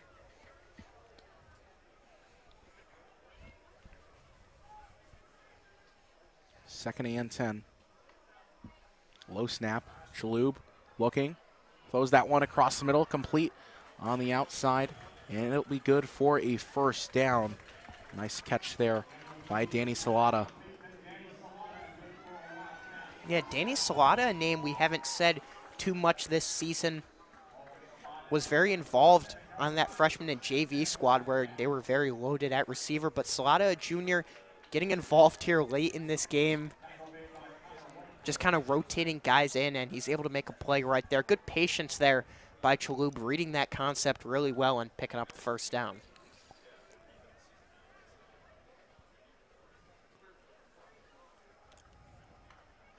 First and 10. And it's a fumble in the backfield on the exchange. And St. Xavier's going to take over. Max Ottaway picked it up, and the Bombers send the offense back out. Yeah, they had Teague Deinhardt out there at running back, and looks like he just ran without the football there. A little bit of miscommunication, just a frustrating night for the Cats. Another 3 turnovers for the Bombers, which they've done so well all season, but that one right there is just a self-inflicted wound, and they've had way too many of those this season. Now you're going to see the benches start to get their shot at playing time here. Again, George, the quarterback now for the Bombers. Running back for him is Roman Dean, and we'll get a pre-snap penalty.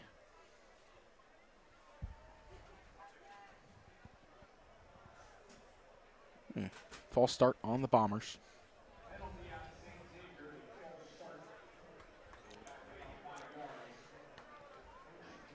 Yeah, I mean, just not too much to say about tonight. Cats fell behind early.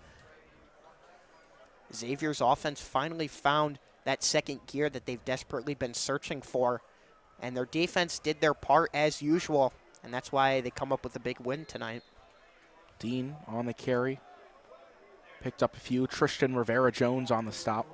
Another guy in this linebacker room who's going to be really talented next year. Yeah, I think next year they'll probably use Rivera-Jones more in the secondary at a safety or corner spot, but that's another area where guys have kind of shuffled in and out, but another area where you're losing senior talent. Owen O'Brien, Caden Marvin, Jay-Sean Thomas, they're going to have to fill those voids. Michael Packer as well, Caleb Cupp, although he did get hurt. It's a keeper this time. George had the whole defense fooled and brought down by DJ Malik.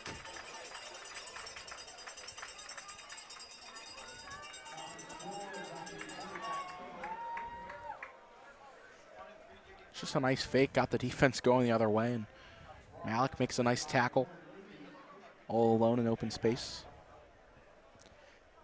But I think I talked about it in the third quarter, but I mean, you just look all over. There's, again, just a lot of seniors that they're going to have to try and replace. And here late in this game, it's good to see some guys get experience that they're going to need next season to step up into bigger roles. George, hands off Dean, met in the backfield. A nice tackle by the Wildcats. Josh Buddy and Dylan Baker, beast mode tackle. Stop. I was walking through the halls one day. Dylan Baker comes up to me and asks if I had a MacBook charger. Gave him it. He goes, beast mode. It's just I had to throw that in. Thanks. Olabode Backwell will get some playing time. Checks in. Cat Senior, who hasn't really seen the field much. Yeah, but going back to Baker, that's another guy who is going to have to step up big in that linebacking room next year. Next to James Conrad, you're losing Nick Rivera, you're losing Quinn Kennedy, so they're going to need Baker, and he's done well in his role this season, so they're going to need much more of him next year, so good to see him on that stop. Delay game on the Bombers. That'll move them back 5. And but the Wildcats didn't have Wildcats a kick returner still don't out have there. anyone back deep to receive. I don't know if they realize that. Somebody go back. There you go.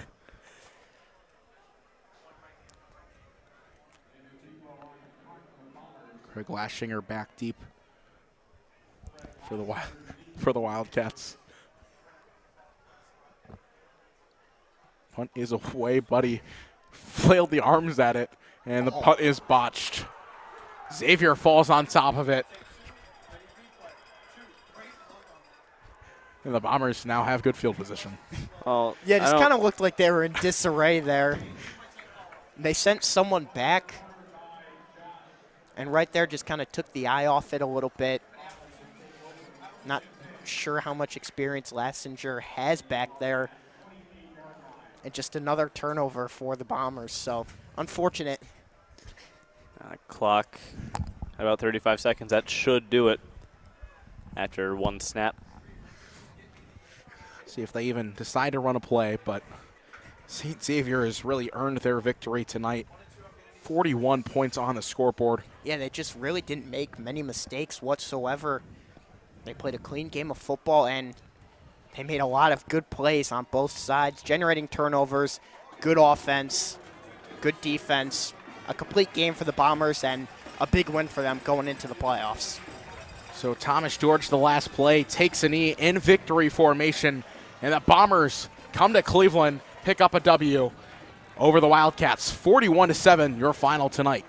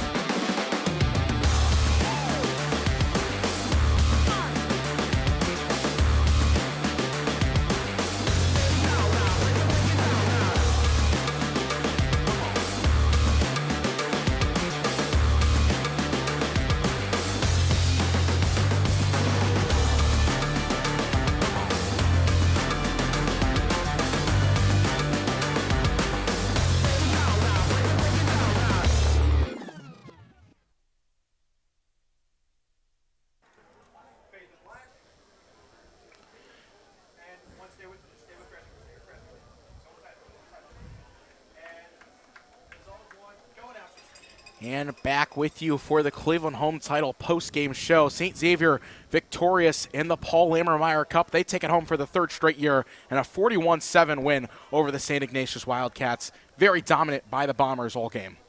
Yeah, just a tough game for the Cats because they really just didn't play their best football. Again, fell behind early, which they couldn't do, and St. Xavier did what they needed to do.